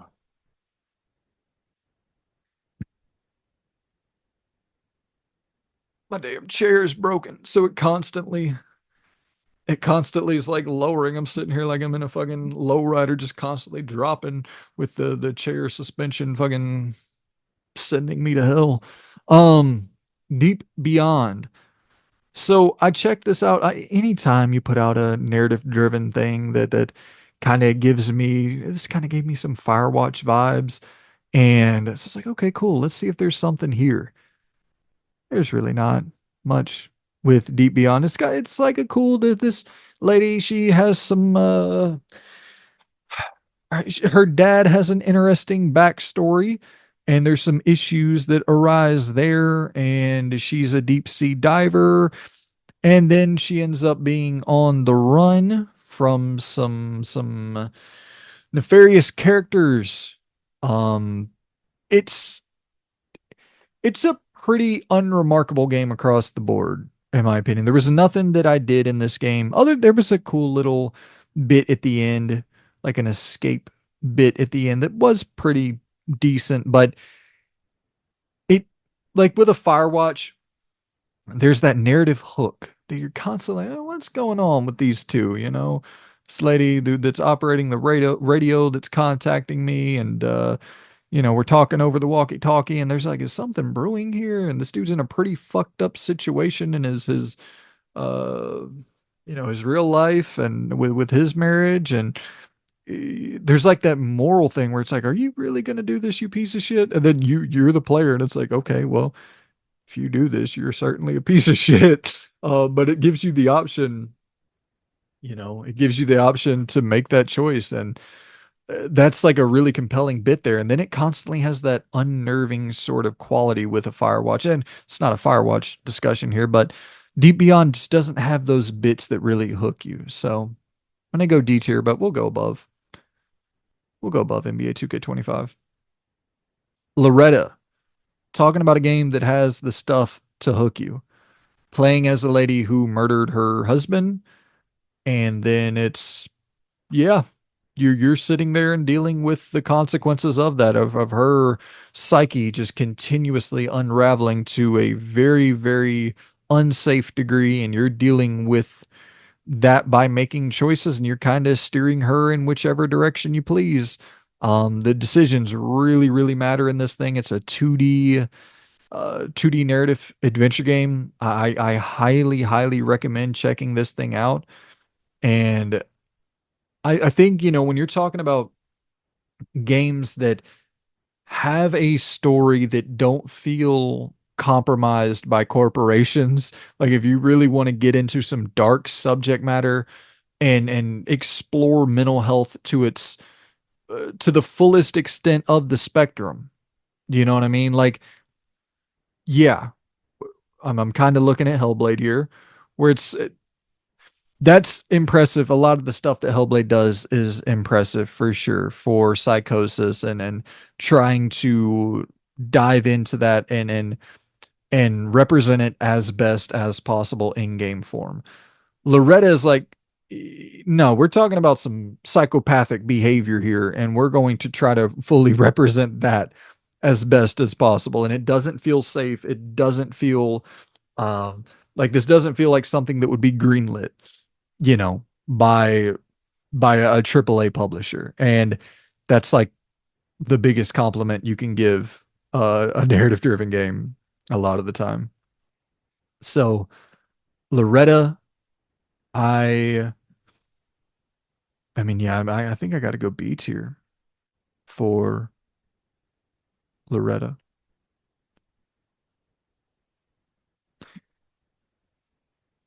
Huh. Yeah, I mean, because I got to remember that I can increase my screen. Uh, Zoom has this weird ass thing where my screen, I can increase it to the max, and it won't take up the full tier maker on y'all's end. But like me increasing my screen, like how I see it on my end, I'm cutting off everything but Space Marine 2 on that B tier. And then on y'all's end, it's like, it's a really, really weird ordeal. I don't know why they changed it this way. I kind of hate it. Um, but at the same time, there's some positives of it as well. It makes it to where I can enlarge my screen and you can still see the full tier maker. So I guess that's a good thing. Don't know why I'm bitching. I'll bitch about anything, I guess. But what the fuck was I saying? Oh yeah, I'm gonna drop Loretta at the bottom of that B tier. It definitely belongs on that B tier. When I look at the games in the C tier, I the casting of Frank Stone is it's good. It's better than most of the supermassive games. Nobody wants to like I would if I was going to recommend a more narrative driven style of choose your own adventure or whatever, I would definitely say Loretta is like probably my number one recommendation for this year for if that's something you're really looking to get into, like just a solely narrative driven thing. If you're, if that sounds, if the whole idea of that is compelling to you. Oh shit, my dumbass. I say all that and then I look down and Little Guardsman is the next game up on the list. Okay, well, here's the Little Guardsman would definitely be my number one recommendation for a choice-based adventure game that you're gonna if you were going to check out one choice-based adventure game in 2024, I would say Little Guardsman is my go-to. But if you want a much more dark tone, Loretta is a solid choice. Little Guardsman, you're playing as a little girl who is taking over for her father to be a security guard at this gate for a castle, and it's that alone is ridiculous. The dad is just batshit crazy, going off gambling, being a total fucking idiot. Um, but the game is the choices matter so much in this game. And the end turns into something I never in my wildest dreams would have expected. There's moments in Little Guardsman where, like, I'm going on a damn reality television show, like a game show thing, and I'm making choices there that have immediate consequences. And it's just shocking how much is done in this little, choose your own adventure style, papers please style game. And that's the whole thing where you're either denying or granting people entry into the castle. And you'll go through and there's different upgrades you can unlock and different equipment you can unlock where it's like, okay, now I have an X-ray system and I'm able to X-ray these people to see if they're trying to smuggle anything into the castle. I have a truth serum. I'm spraying people with this truth serum. And now they're telling me their deepest, darkest secrets. They're telling me that they're in love with some fucking frog that's inside the castle and they got to go and confess their love to this frog. And you're like, okay, well, like, uh now I don't know if I should let you in here, not because I think you're gonna assassinate the queen, but I think you might be a fucking weirdo and I need to deny you entry for the safety of the frog inside the castle. That's not like a real thing that happens. It's crazy scenarios like that. And like I said, later in the game, it turns into a totally different style of video game. I'm like, what the fuck is happening here? Um, so cool, man. Such a cool video game. Ranking time. Where does it rank? It's definitely, yeah, I mean, it's definitely B tier. I I like that game a lot, dude. I really like that game a lot. I think I'm going above Final Fantasy VII Rebirth, right below Outcast, A New Beginning for Little Guardsman. That game was so strong. So strong. Starfield Shattered Space.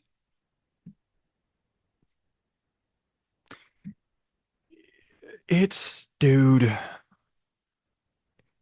like, there's cool things about Shattered Space.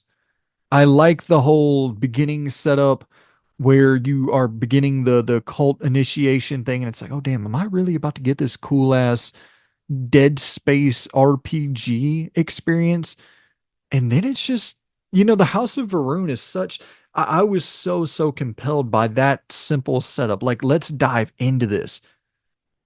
The most compelling faction of the game that's not explored in the base game. Let's really get into this. Let's see how dark this whole situation is. Let's see their backstory. Let's really dive in. And it sets up as if it's going to do that. And then it just doesn't really. It doesn't really land. Um And then not to mention, dude, the performance issues on this thing. How do we go from this humongous open galaxy exploration fucking role-playing experience where I played Starfield base game day one, actually pre-day one, because I bought the expanders pack or whatever the fuck, the explorers constellation pack, whatever the stupid shit is. And I buy this thing. I jump in. It's so clean. It's so smooth. I'm not running into any big technical hiccups. And then Shattered Space, a little dinky fucking, it's just one small planet that I'm exploring and it's collapsing. The frame rate is tanking. Just a technical, just god awful from a technical standpoint. A couple cool moments in the story, but like, uh, yeah, I don't know, man. I'm gonna go bottom of the D tier. Just because the base game, Starfield, yeah, that's the thing. Starfield base game is my one of my favorite. I don't remember. I think third favorite game of 2023. Like it was one of my favorite games of 2023. I fucking love base Starfield, but this expansion was just weak, really weak. I just kind of hope they move on at this point. It doesn't feel like BGS has any real heart for this thing. Like let's just get to Fallout 5 and Elder Scrolls 6 and yeah, do the thing that you do because obviously this doesn't seem like what you want to do. Balatro, I I'm not as like crazy on Balatro as most people, but I did. I mean, I poured a ton of time into this thing. I put like fucking close to 20 hours or so into Balatro. And it is one of those games that can become really addictive. I think one day I played it for like 5 hours straight, just nonstop trying to get through a run. And you get so close, and then it's like, oh, well, I got to score 250,000 points to win this one. And you get to 189, you're like, I know I can get it. I know I can get it. Then you go back and it's a game that I think when you're talking about a deck of cards and what you can do with a deck of cards, Balatro is such an anomaly for being a game in 2024 that re-examines what you can do with cards. You know what I mean? It's like, oh damn, okay. It starts off where you have to have this like very, very basic understanding of poker, but within 20 minutes, it's not even remotely based on poker. Like the core foundation of okay, a flush, a straight, I need to get a fucking pair to beat the like none of that really matters after 30 minutes in this game. You're getting your multipliers and now you're looking at it going, okay, well, I have this thing where I'm getting 5x whatever my score is if I have odd numbered cards in my pairing. And so you're now looking at like 1, 3, 5, 7, and you're starting to kind of want those cards more so than you're even really looking to get a flush or whatever the case may be. Having multiple pair of odd cards is more beneficial to you than having a full flush of standard cards. And so it's like you're having to retool the way you think of poker because it's not redefining poker, but it's redefining poker in this avenue. You know what I mean? And redefining poker for Balatro. Balatro is like its own style of poker. Um, and yeah, it's when I finally won a run, it was one of those like I kind of put it down after that point because I was like, well, I'm satisfied with the experience that I had, but it took me a damn long time to really to get. I mean, I played a little bit more after I won a run, but it took me a while to really get that full understanding of the complexity of what you could actually do, how you could manipulate these cards and the systems that you could exploit to win. And it was one of those ones where I didn't want to look up anything. I was just playing this thing and I was like, you could probably go in and I'm sure there's tools and YouTube videos online and guides where in 20 minutes you can win a run of Bellatra or whatever. Like I really wanted to understand all of that shit for myself. I wanted to try different exploits. I wanted to try I wanted to really get in there and try to understand the systems on my own without having to look anything up. So I mean, yeah, it no doubt it took me a fucking long time to get through just one simple run, but I feel like I had a lot of fun doing it. So yeah, I mean it's a B tier. Uh let's see. I damn. I think I'm going to go hmm. B tier. I think I'm gonna go right above Space Marine 2, right below Stellar Blade for Balatro. Yeah. I think that's gonna be the placement for the old Balatro.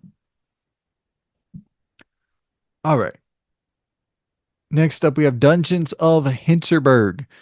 And stop what you're doing. If you have Game Pass, go and play Dungeons of Hinterberg immediately. This is so so good. If this came out on the Switch, or if this had a of Nintendo first party branding on it, if this was the Legend of Zelda Dungeons of Hinterberg, if it had that moniker attached to it, if it was in the Zelda universe, this would be scored a 9.7 out of 10, and it would have sold 27 million copies. This thing is so good. It's a dungeon crawler by day, a social sim by night. And the puzzle solving in Dungeons of Hinterberg is so, so strong when you're in those dungeons. It's like 8 layers beyond where your brain immediately goes. But once again, similar to Astrobot, you're not looking up much in Dungeons of Hinterberg. There might be a few that are like really, really complicated that you'll pop on a YouTube video for, but for the majority of this game, the flow state is constant. You're never having to pick up your phone for a solution. It's just it's only a few layers deeper than where your brain initially goes. And I think that's perfect for puzzle solving in games for me. Like we don't have to go fucking ultra complex. Like let's just get a good degree of complexity where, and I know everybody's puzzle solving acumen ranges from person to person, but I feel like I'm an average, like I don't think I'm a great puzzle solver in games. I think I'm just a typical average game player in general. And my camera's damn fucking up here. Let me refresh this. Oh boy. Let's see. Okay. Think we should be good. My bad. But yeah, I'm an average player of games, and I felt like I was always perfectly challenged with the puzzle solving experience in Dungeons of Hinterberg. Sure, at times the combat can be a little simple, especially as you're utilizing the different abilities that you have. Going in and fucking, you got your tornadoes that you're sending out, you got your blobs that you're trapping enemies inside of. You have all of these different attacks, and you can go and there's actually a weapon shop, and if you go and you spend your money on like just kidding yourself out to the 10th degree, or there's certain characters that you'll go, and that's the thing with the social system. um how it works is that, like, if you go and spend time with these characters, there's typically a reward at the end of the the the social bond. Like, so say you hang out with someone 5 times or whatever, you're gonna get a reward on that fifth time. And for certain characters, you'll just get like a badass sword or whatever the case may be. And it definitely will increase, or I should say decrease the difficulty of the game overall in terms of the combat. But the puzzle solving, that shit's it's always perfect. Perfect degree of difficulty. You got a snowboard that you're using for puzzle solving. You're also using it for just kind of natural exploration in this more snowy mountain area. You're grinding rails. Um, it is the story in Dungeons of Hinterberg is a thing that I don't feel like I talk about enough, because It doesn't have voice acting, and I know I shit on Metaphor earlier I didn't shit on Metaphor. I gave it a ton of praise, but I shit on the side quests a little bit for Metaphor, the day night cycle, because it just feels cheaper than the main thing.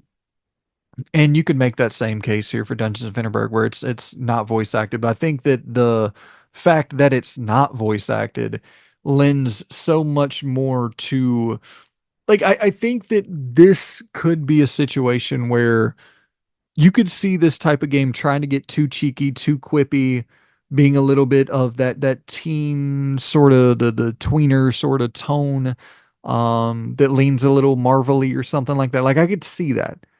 And the fact that it's not voiced, it allows me to not have to endure that while taking in what is actually a pretty well written story that gets pretty political towards the end of it. Not to like an annoying degree, but it's like inner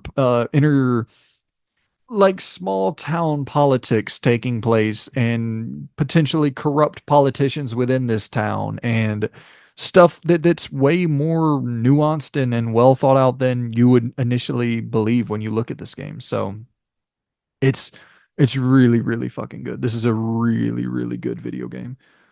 And then using all of those abilities to solve the puzzles, like the puzzle solving, is so good, so good.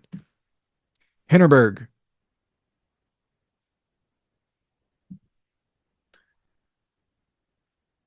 All right, here's the thing. Dragon's Dogma 2, I don't like that being at the top of my A tier. I really don't. And I want to kind of place Dungeons of Hinterberg above it just because I don't like Dragon's Dogma 2 being at the top because it's so bad in so many areas, but so good in one fucking area. But realistically, yeah, I'd still have to put Dragon's Dogma 2 above it. The highs are just so much higher, man. Hey, I guess I like to get high on whatever Dragon's Dogma 2's supply. Dragon like to get high on Dragon's Dogma 2. Oof, I don't know. I think it, huh, I don't know. Yeah, not sure really what I was going for there. Hellblade 2, Senua's Saga. Oh, it's like that's one of the moments. It's like, yeah, let's probably edit that out. But at this point, we're over an hour into this bad boy. I'm not editing shit out. We're letting this thing fly. No edits on this motherfucker here. And with that being said, let's take a drink of water. Really let that joke sit in. All right. Damn, voice is getting a little hoarse. Just rapid fire run through these bad boys. The rest of these, let's see. We still got quite a few to go. All right. Hellblade 2, we talked about earlier a little bit. That's D tier, without a doubt. Um, it is worse than the first game on pretty much every front, in my opinion, other than the visuals. And at a certain point, it's like, I don't understand why this game really exists from a narrative standpoint, even from a gameplay standpoint. Like, I don't know where they evolved other than making a better looking game. There's some cool set pieces, definitely, like some cool kind of more action movie style set pieces that I really dug, and I'd love to see them carry that style into whatever they're going to make next. I just pray to God it's nothing to do with Hellblade. I pray to God that we get back to Ninja Theory, character action, hacking and slashing, fun gameplay. They always told great stories, and that's the thing. They can tell a great story while also having a fun game.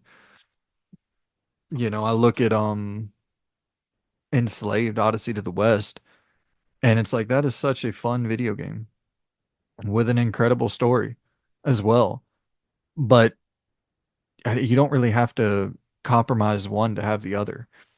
You know what I mean? And Hellblade 2, it's like it just the best part of Hellblade 1, I was whenever that building is burning down in Hellblade 1 and you're having to do that on the fly environmental puzzle solving, that shit was awesome. And then for there to be really none of that in Hellblade 2, you could maybe argue that some of those big action set pieces are that to a small degree, but I don't know. It just felt like I'm glad that they didn't go as fucking ridiculous with the puzzles, like making them so damn prevalent.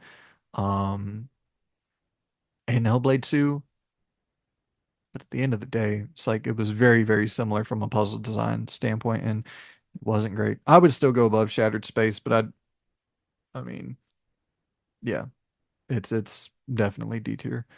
Indica. Once again, let me raise this chair. Oh, definitely about time to buy a new chair. But Indica, new chairs and Indica. Um, Indica, once again funny, kind of being right after Hellblade 2. This and Loretta, and then like it just the corporate feel is removed, where it's not afraid to go some places that might make you a little bit uncomfortable. And I feel like if we're really going to dive deep into the psychological aspects of this human condition, like we got to get a little bit more uncomfortable.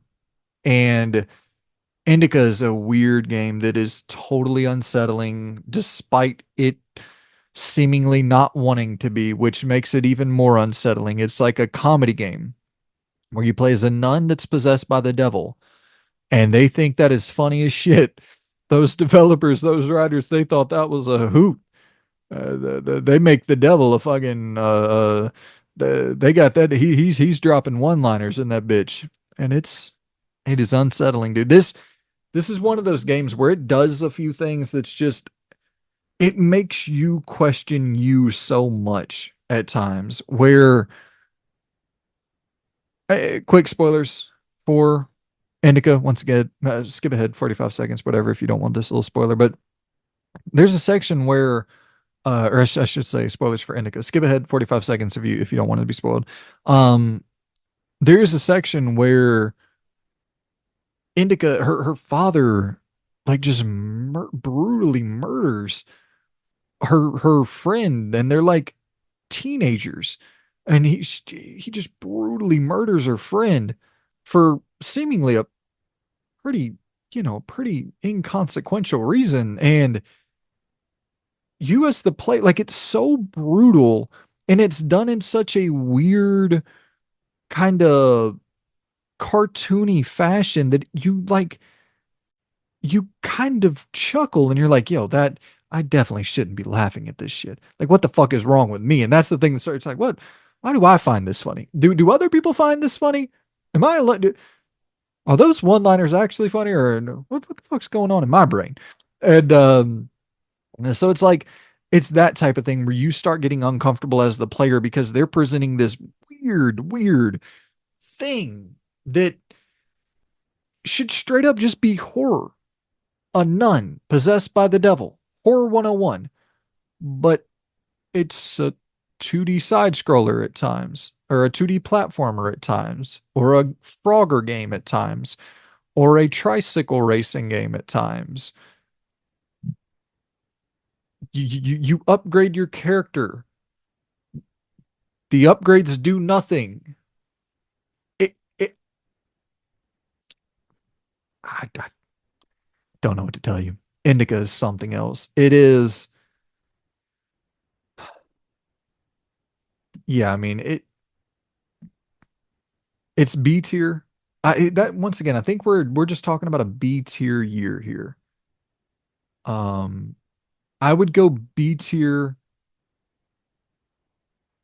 below Alone in the Dark,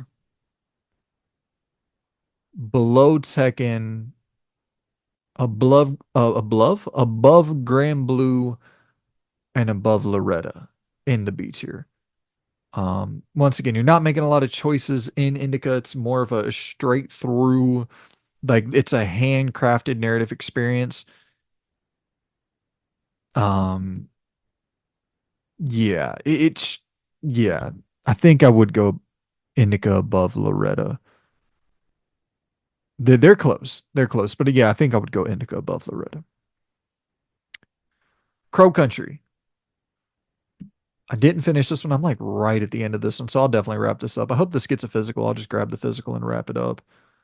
Um, But I'll go above Beyond Galaxy Land, right below Metaphor. Like I said, I'll never finish Metaphor, but I would definitely like to finish Crow Country at some point. You know, old school PS1 style survival horror game. I can't lie, I struggle to finish these games nowadays. I don't know what it is. I loved this style of game so much when I was younger, but I do have a hard time committing and getting through one of these. Um, and Crow Country is a really good one of those though. Like no doubt about it. I love the style kind of separation or the style. It's it's flexible. Like it's a Resident Evil classic feel and also a Final Fantasy feel where the characters are more blocky, more Final Fantasy like. Um and or you know like that era of Final Fantasy, the PS1 era of Final Fantasy, and then you have the aesthetic and the not tank based, but you have that PS1 survival horror feel with these more JRPG looking characters. I don't know if I'm really describing that properly, but it's the world of Crow Country is actually pretty damn interesting. Like you'll find little clues about this carnival, and you're learning more information through these subtle clues and these different environmental story beats that pop up, and it's actually genuinely compelling. The combat's just pretty rough in Crow Country, like pretty just pretty janky. Um, but some decent puzzles. Like there's some good stuff in there. And like I said, I got maybe another 2 hours or so to go on it. So I need to wrap that up. Still Wakes the Deep. This is another really, really short one I dove into for about an hour, hour and 30 minutes, maybe a little bit longer than that. I got to the point until once again, similar to the casting of Frank Stone, when when the thing happens and when it's unveiled what the horror of this game is going to be, that's when I got a little bit disconnected from Still Wakes the Deep. But it happens pretty early on, whereas with the casting of Frank Stone, that's like right towards the end. I like the tension, the build up to the big horror thing being revealed. Sometimes the unknown is where I like to the space that I like horror to occupy, where it's like something is unsettling, but I'm not sure what. Um, I love the setting of Still Wakes the Deep. This oil rig, this you're totally isolated at sea. Like it is a spooky, spooky setup. It's tense, it's atmospheric as fuck. I think that got a physical release as well. I played it on Game Pass, but I'll have to pick up that PS5 physical release. I Yeah, I mean this is one I could definitely see myself finishing at some point.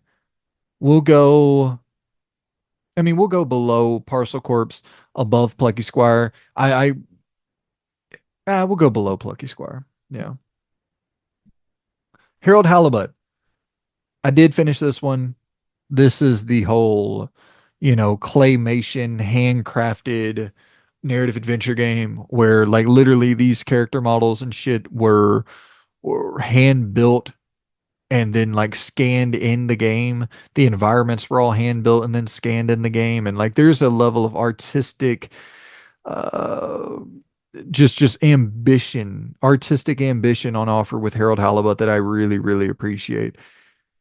However, the gameplay is a slog.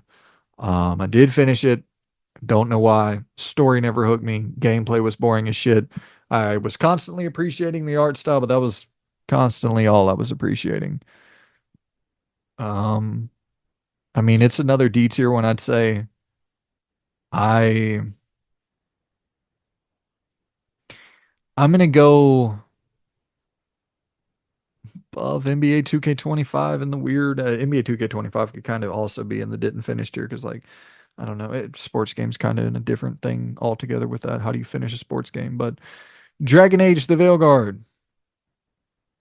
Okay, so combat is S tier. Story ranges from D tier to A tier. Um, RPG definitely probably the weakest in the franchise history in terms of like giving me some choice and consequence that I actually feel responsible for what's going on and that I actually feel like I have variety in what I can choose and who I can be. Like it feels like they have a pretty predefined rook, and I'm just kind of getting to sprinkle a little bit of my own custom sauce into his already pre-packaged meal. Um, I I mean, it's the thing where this combat is better than almost anything this year. Definitely, I would say that it's right there on par with a fight, not on par with like a Dragon's Dogma 2, but like somewhere on par with the Final Fantasy VII Rebirth. Maybe even a little bit better than Final Fantasy VII Rebirth in terms of the combat. The whole the shit you're doing with the shield, throwing the shield out there. I mean, Captain America fucking bashing people with the shield, the projectiles that are being tossed at you, and then you perfectly parry the projectile, launch it back at the enemy. Throwing the shield and then bashing it back and having that just constant fucking the timed reaction that just feels so good every time you do it.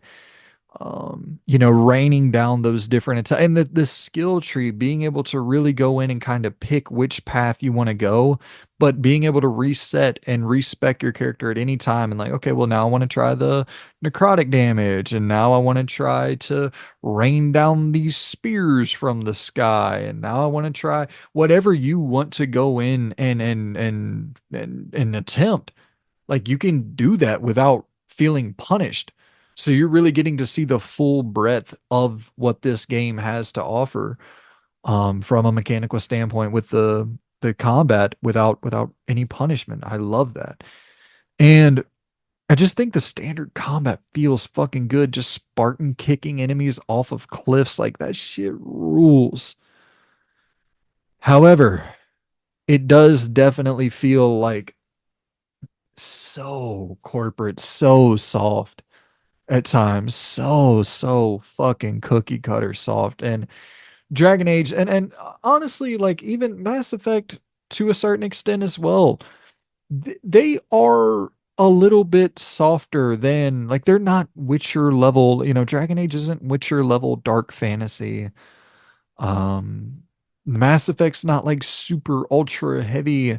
There are moments in Mass Effect for sure, but as there are in Dragon Age, but they're a little bit more lighthearted. It's this weird thing where it's like not as lighthearted as a Final Fantasy VII Rebirth. Dragon Age of Veilguard's not that lighthearted. But it's not as dark as like a Final Fantasy 16. It has a weird tone where at times it's like, I think about the Pool of Blood moment with Lucanus. Or is that Darwin? I think it's Lucanus if I'm not mistaken. But regardless, the Pool of Blood moment where you see that lady in the pool of blood that leads into the boss fight. That shit is so sick. The ending obviously feels very suicide mission reminiscent to some degree. Loved that. Absolutely loved that. It felt like I really had agency for the first time in a long time while playing that game. It felt like so much of that game was so not reliant on the choices I was making. And finally, that culmination moment where it's like, okay, you actually do have some impact in this. Um, but I wanted a whole lot more. I wanted a lot more from that story altogether. I would say I wanted a lot more from the writing. I wanted a lot more from the faction quest. Less is more as well, though. Like better storytelling, but less storytelling. Or I should say, better, more substantial faction quests or companion quests, and not as reliant on just like bullshit back and forth banner that has no substance. There was a lot of that, a lot of filler shit with those companions. Um, yeah, Veilguard's a tough one to rank. I liked it a lot in a lot of areas and really hated it in quite a few areas. I mean, it's a B tier game, but like ranking it where in the B tier is the difficult part. You know, Looking at this list here, I I would have a really tough time putting it above Balatro just for how fucking consistently interesting Balatro is. I, but then again, like, mm, yeah, that's tough. I think so I'm looking at Rebirth and I'm wondering, do I need to move Rebirth down? Because I'm thinking, like, which game do I like more, Veilguard or Rebirth? I definitely like Rebirth's story overall more. I think I like Veilguard's combat a little bit more. Um, Rebirth is probably a better video game. Damn. Okay, I think we're gonna go. Yeah, I think we're gonna go right above Space Marine 2, right below Balatro for Veilguard. Um, I believe so. I believe so. There are moments where it's definitely game of the year contender worthy, no doubt about it. But then there are moments narratively, like the further you get into the narrative, yeah, it starts nosediving quite a bit. Specifically with the faction or the companion quests. But fantastic, top tier combat. Some of the best combat of any RPG that I've played this year, without a doubt. Damn, maybe I think that I might need to, because I'm thinking maybe I go Balatro above Stellar Blade. Yeah, this is the move. Balatro above Stellar Blade, and then that I'd probably go, yeah. But yeah, we're gonna go Balatro above Stellar Blade. Um, all right. And now we have Slitterhead. Did not finish this one. I put maybe 3, 4 hours into it. Really rough combat. I love the tone of the game. I love the tone of the story. The world is so fucking interesting. Super, super gritty, really dark.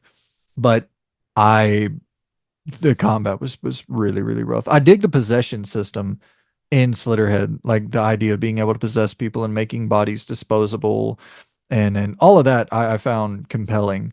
Um, but uh, the actual combat, like I liked using the possession system more for platforming purposes more than I did for like the combat. And the combat in general just wasn't good. So we'll drop Slitterhead. I mean, I'll put it above fucking Gory, right below Blood. All right, here we are. The moment I've been waiting for. Indiana Jones and the Great Circle,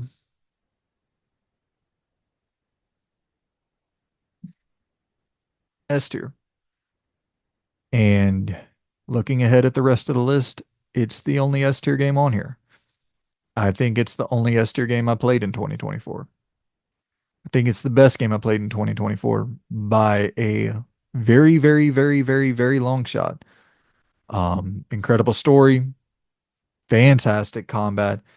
The idea of being able to go and pick up anything off the damn ground and bop an enemy over the head with it, like, so fucking fun. It's the and then we got a full deep dive review going up probably sometime after this. I wanted to get this out before I because in that video I'm talking about Indiana Jones being my game of the year nonstop, so that would kind of spoil this video. But the whole idea of Bethesda, specifically BGS, with that idea of you should be able to interact and pick up anything, and you constantly, or most people, I would assume, constantly, I should say myself, I'm constantly like, why? That doesn't add anything. Nothing happens in the gameplay based on you picking shit up, you know. It seems like a limitation that you just, it seems like something you are, by doing that, you're limiting yourself in so many other areas. And then I play Indiana Jones and I'm like, oh, now that makes sense. I'm using all of these different items, all of these different things in the environment. I'm picking them up and I'm just smashing bottles over enemies' heads. I'm hitting enemies with fly swatters. I'm hitting enemies with frying pans. I'm hitting enemies with fucking whatever you see in the environment. You can pick up and smash an enemy over the head with. And like that level of freedom is so, so satisfying. It makes me think about what action adventure games are because like this is a, you can say it has that tinge of immersive sim tendencies in here combined perfectly in that intersection for immersive sim meets action adventure. Like it's not the tedium that some people might experience with immersive sim games is pretty much gone with this. So it's a dumbed down or simplified version of an immersive sim, but it's like it's no fucking, you're not going to be frustrated with this thing. You're constantly having fun like you would in an action adventure game like a pulpy Tomb Raider, Uncharted, whatever. Um and don't get me wrong, there's tension here. There's a level of there's a degree of difficulty with the puzzle solving, no doubt about it. Especially for some of the side questing, you're going to run into some difficult puzzles there that'll actually make you think. But for them, and you're going to run into interactions where you can't just shoot your way out of things. Like I use my gun. I don't know. Like there's one section later in the game where you have to, but like you can turn your gun into a melee weapon. You press X on the controller, you turn your gun into a melee weapon and just pop an enemy over the head with it. You know, going in and grabbing disguises and kind of having that Hitman-esque thing where, yeah, I'm putting on this uniform and now I'm granted access into this place that there was a roadblock that was prohibiting me from getting there. I found a uniform. I'm going in and nobody's suspecting anything of me. And then, okay, boom. I grab that motherfucker with my whip. I lasso him towards me. I put him in a clinch, pop him with a couple uppercuts. And that's the thing with the combat system, the hand-to-hand melee combat is so different. It's so fresh where L2 you punch with your left hand, R2 you punch with your right hand, L1 gets your parry. You perfect parry, you kind of wrap an enemy up quick, and if you're parrying them, if you're kind of clinching them with your left hand, you need to use that R2 because then that R2 that's your free hand. You bop, hit him with a quick uppercut. But if you press L2 again, you'll kind of push off. And so there's a stamina system here. And you guys know I fucking hate stamina meters in games. I absolutely positively fucking hate stamina systems in games. It makes so much sense in the flow of combat with Indiana Jones. It's never the thing where, oh, now I can't do what I could do previously because my stamina's drained. It's just I don't have quite the fucking power packed behind each punch because my stamina's drained. So let me think for a second. I'm gonna bob and weave. I'm gonna evade quickly. I'm gonna parry quickly. I'm gonna try to catch my breath. That way I can, the next time I parry, I'm gonna have you held up and I'm gonna power up my R2 attack and I'm coming at you with an overhand right and I'm trying to put your ass to sleep. And it is fucking so satisfying. This is the best game I played in 2024 by a mile.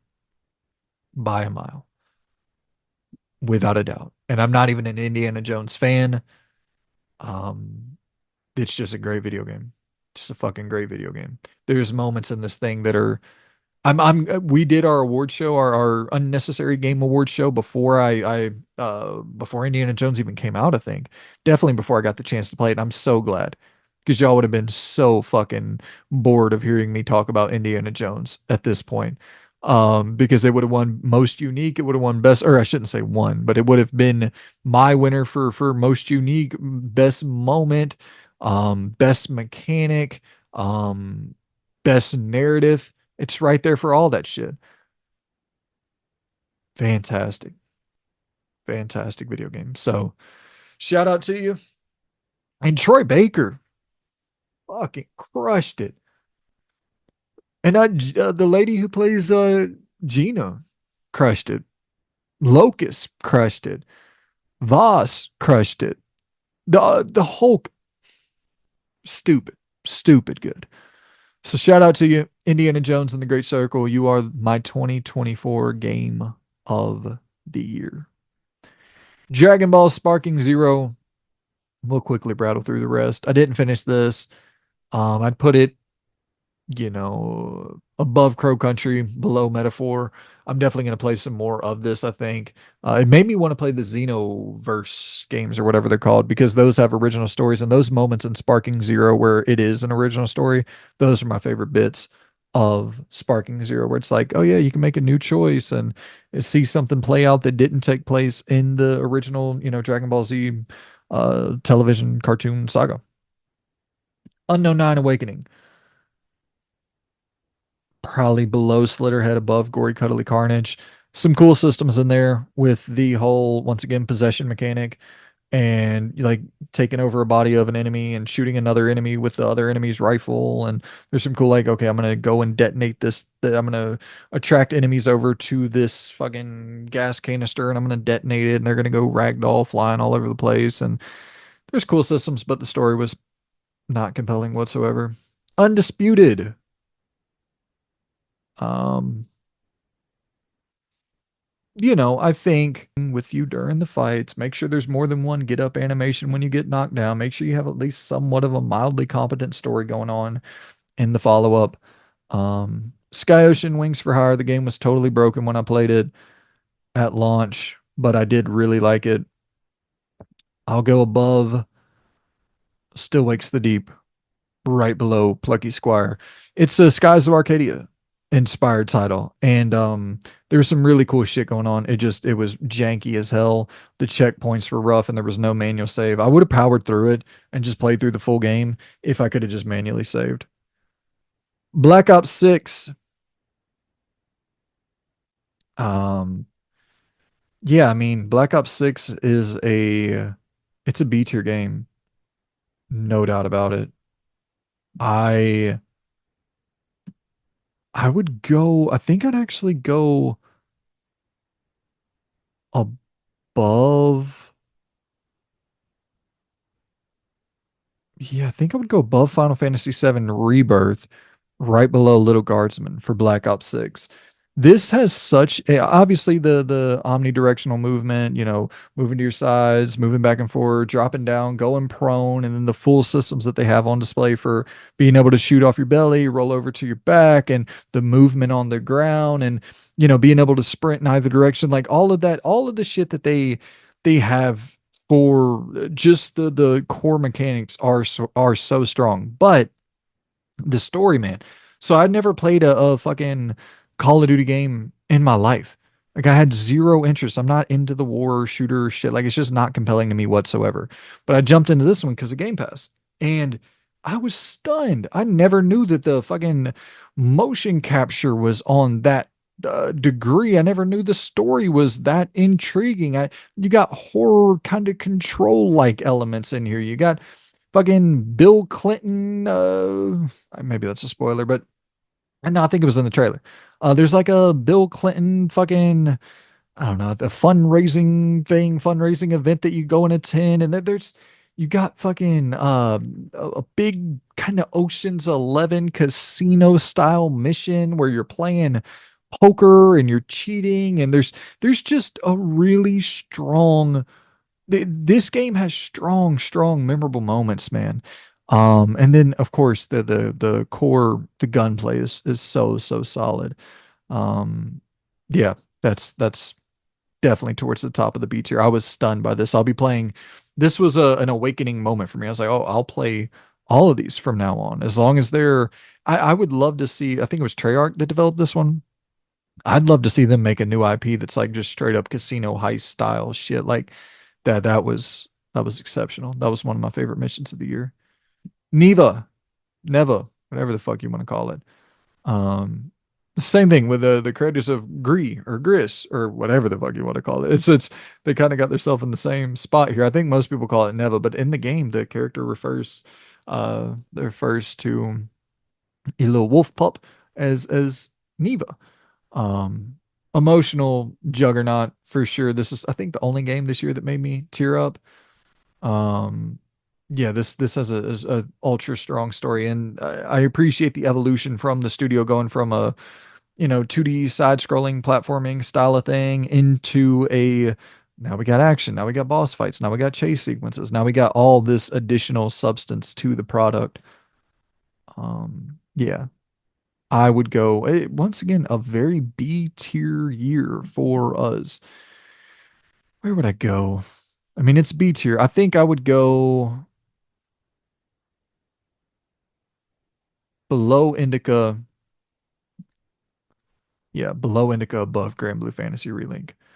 Fear the Spotlight. Talking PS1 horror back at you again. But the cool thing about Fear the Spotlight, it's like a front facing story. There's a real narrative here to Fear the Spotlight that I dug the shit out of. And also just good. It's a good, consistent story. And also mechanically, the just interacting with items in this game was weirdly satisfying. Um, it's not an overly like over the top scary game, but there's a good degree of constant tension, the little eyeballs popping up out of the darkness. And yeah, Fear the Spotlight was cool. It's probably a fucking, I guess I'm a broken record. It's probably a B tier game as well. I will go above Undisputed, below Loretta for Fear the Spotlight. Squirrel with a Gun. That's an A tier game. Hey, I'm not even like this is no fucking bit. Squirrel with a Gun is an A tier game. No doubt. It's probably bottom of the A tier, but it's A tier nonetheless. It, moments, man. I'm a moments guy. Moments are what stands out in video games. The fucking stripper pole moment in Squirrel with a Gun, sliding down the damn stripper pole and people throwing acorns at you. Fucking hilarious. The picking up the football and trying all the football players trying to tackle you and you juking them out, scoring a touchdown, getting a golden acre. Fucking hilarious. The basket, and this is where it really you start to see the real game shine through in certain things, like the level with there's a wedding taking place in somebody's backyard, and you got this basketball hoop that you're constantly like having to spin it by making shots, and as the basketball hoop spins it extends upward, and then you're going through the house and trying to figure out new ways to make shots on this basketball hoop. And so the flexibility for this game as a platformer is the thing that surprised me the most, where there's so many different ways that it does platforming throughout this game, and there's so many different ways that it does just like physics-based interactions where okay, here's a wooden door and you got a shotgun and you shoot through the fucking wooden door and you actually are able to now the door where you shot is fucking there's a hole blown through it, and if you can reach that door, rather it be from okay, now I'm gonna jump onto the damn doorknob and I'm gonna try to make one more jump and turn my little squirrel and have him land inside of this door. Like there is a level of uh, kind of these dynamic situations that you would not expect from a game called Squirrel with a Gun. There's a damn RC car that you get to drive. There's a helicopter that you get to pilot. There's a boat that you get to drive. There's skis that you get to fucking operate. There's underwater levels that are surprisingly decent. There's a fucking Hot Wheels track towards the end of the game that's ridiculous and frustrating, but fun as hell. Squirrel with a Gun is fucking awesome. Life is Strange Double Exposure.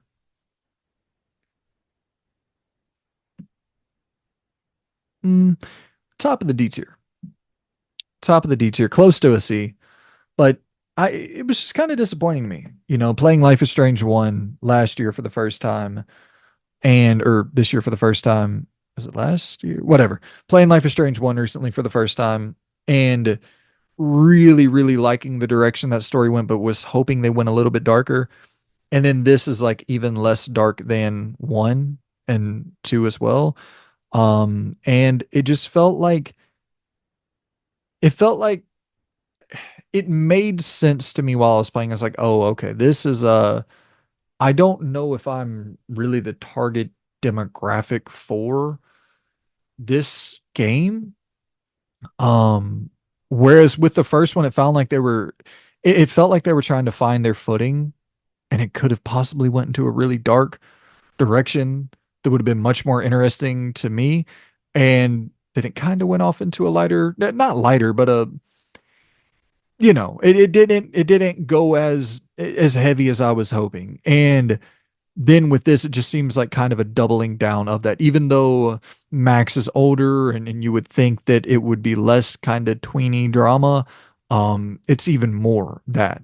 It's more that even though she's fucking in her 20s than it was when she was a teenager in high school. And it's like, it would have been so dope to see her as a journalist, kind of, an investigative journalist taking on a case where she's trying to report on something where some serious shit takes place, and it kind of ties back to Arcadia Bay, and like there could have been some cool shit that happened there with her as an adult.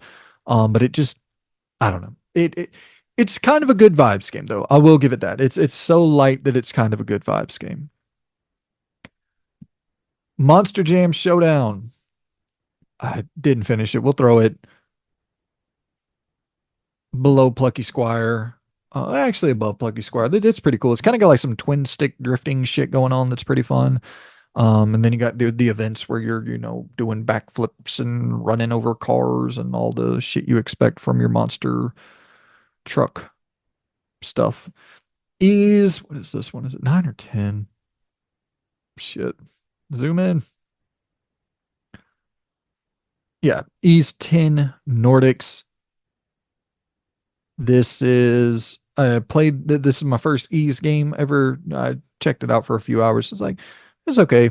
It's got a ship that you can man and get in some naval battles, which is pretty cool. And you got like a grapple gun, kind of web swing around in certain environments. And like there's some cool stuff there. The story was just not it at all.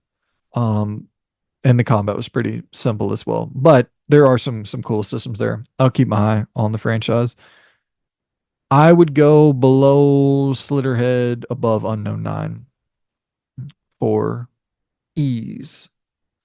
Marvel vs. Capcom Fighting Collection, weird thing where it's like, how do you finish it? I finished quite a few of the games. The Punisher beat 'em up. Um, I think every X-Men related game on there I finished as well.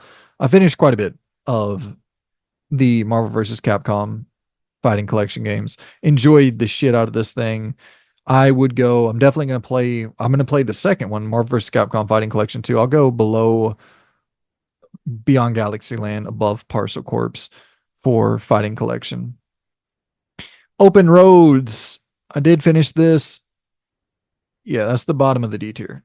That's the worst game I played this year for sure. Annapurna, I thought it would have a little bit of polish on it, a little bit of that Annapurna shine, and it did not. It was hated the art style that split between that visual novel sort of still image aesthetic and then having like mildly animated cutscenes as well, where it's like momentarily animated, but then it goes back to the still image. Like, I don't know, just pick one or the other. Um, yeah, I can't even really think of anything to say about it. Just nothing stuck out about this game whatsoever. It's like a road trip game. You're going on with your mom, investigating your grandma's past, and there's some daddy issues taking place. And like some of that shit could have been cool if it felt like you had any real agency or choice in the narrative whatsoever. But yep. Suicide Squad killed the Justice League. Honestly, I'm gonna put that even lower than Open Roads. That's going to be the bottom of the D tier for me. And it's not because it's worse. It's not worse than Open Roads. It's not worse than Hellblade 2. It's not worse than Harold Halibut. It's not worse than Deep Beyond. It's not worse than Life is Strange Double Exposure. But it's the fucking opportunity cost. And I know I shouldn't factor that in here, but I don't give a fuck, man. Rocksteady's one of my favorite developers of all time. Made some of the greatest fucking Batman games ever. And then to be fucking, you know, forced to do this. It's like, golly, man, what opportunity cost. And and then you see like the rock steady polish, like you see the cutscenes and the how fucking beautiful those cutscenes are. And you think about it once again, the opportunity cost of imagine those cutscenes on a Superman game or a single player Suicide Squad game or a Batman game or pick your poison. Oh man, bummer. Top spin 2K25 comes back after a decade. I guess I didn't finish this once again. Weird thing. Played like 7, 8 hours of the career mode. Dug it a decent bit. We'll go above Quidditch. Um, yeah, actually, maybe not. Ah, fuck it. We'll leave it above Quidditch. Who cares? Top spin 2K25. It's just pretty repetitive, but decent enough. Pick up and play friendly tennis game. Madden 25. Throw it in the didn't finish tier as well. I probably played like 7, 8 hours of it, and I'd go above, yeah, above Top Spin, above Still Wakes the Deep, above Sky Oceans, below Plucky Squire. This is one where it's like they wanted to lean more into, like, they have the quests and shit where it's you're supposed to have these single player related quests for the career mode, and not really much of anything, but you can at least import your NCAA guy into Madden, which is always I definitely miss that feature, and the having the combine be more detailed and a little bit more in depth this year. Some decent additions, but a lot of overhauling, a lot of work needs to be done to that franchise without a doubt. So, ooh, it's a lot of talking. The voice is a going. Guys, that right there is your 2024 game of the year tier list. And I know y'all can probably see it in all its glory there, but I'm gonna shrink my screen so that I can see it as well. Zoom's weird ass setup. But um yeah, man. Weird year, 2024, weird year. Only one game I would really classify as an S tier game that released all year. And it is definitely deserving of that S tier. If you have Game Pass, Dungeons of Hinterberg and Indiana Jones, I would recommend obviously Indiana Jones above Hinterberg, but those two top priority, top priority. I love those two video games. Absolutely love those two video games. So hit me in the comments down below, my good people, with your game of the year for 2024. I want to do, think I already talked about this, but apologies if I didn't. But I want to do a video where, so last year I did your game of the year in a poll format where I put up the polls and y'all voted. And it's like, that's cool, but I hate being the one to select the games where, like, I selected the 50 games and then laid out the 10 polls that y'all voted on, 5 games apiece, all that. Well, I guess it was 13 because then it whittled down. Anywho, um, and like I want to have it more open this year. I think I'm still debating on how I want to do it, but I don't like being the one to pick the games. You know what I mean? And I don't really know any other way of doing it than just being like putting out a video, being like, "Hey, hit me in the comments with your game of the year," and then just letting y'all run wild and tell me your game of the year, and then maybe make a video kind of like reacting to it, just like going through the comments and maybe tallying it up and putting together like a top five, a top three, a top 10, depending on how many comments we get for people's game of the year. So, you know, we'll figure it out. But definitely want to do something for y'all's game of the year this year as well. That'll be towards the end of the year. I want to definitely give people time to play some Indiana Jones. And then I know Black Myth Wukong recently came out physically, as well as the Thermituge, as well as Power Rangers, the Mighty Morphin Power Rangers game. There's something else, another big December game that I'm forgetting that came out recently as well. But yeah, I want to give people time to play any games that they on the 2024 list that they have interest in. But yeah, man, that is my game of the year list. My voice is going. I'm gonna hop out of here. I appreciate y'all for tuning in, and I shall see you good people very, very soon. Happy holidays, guys. Merry Christmas, and take it easy, my good people. Goodbye.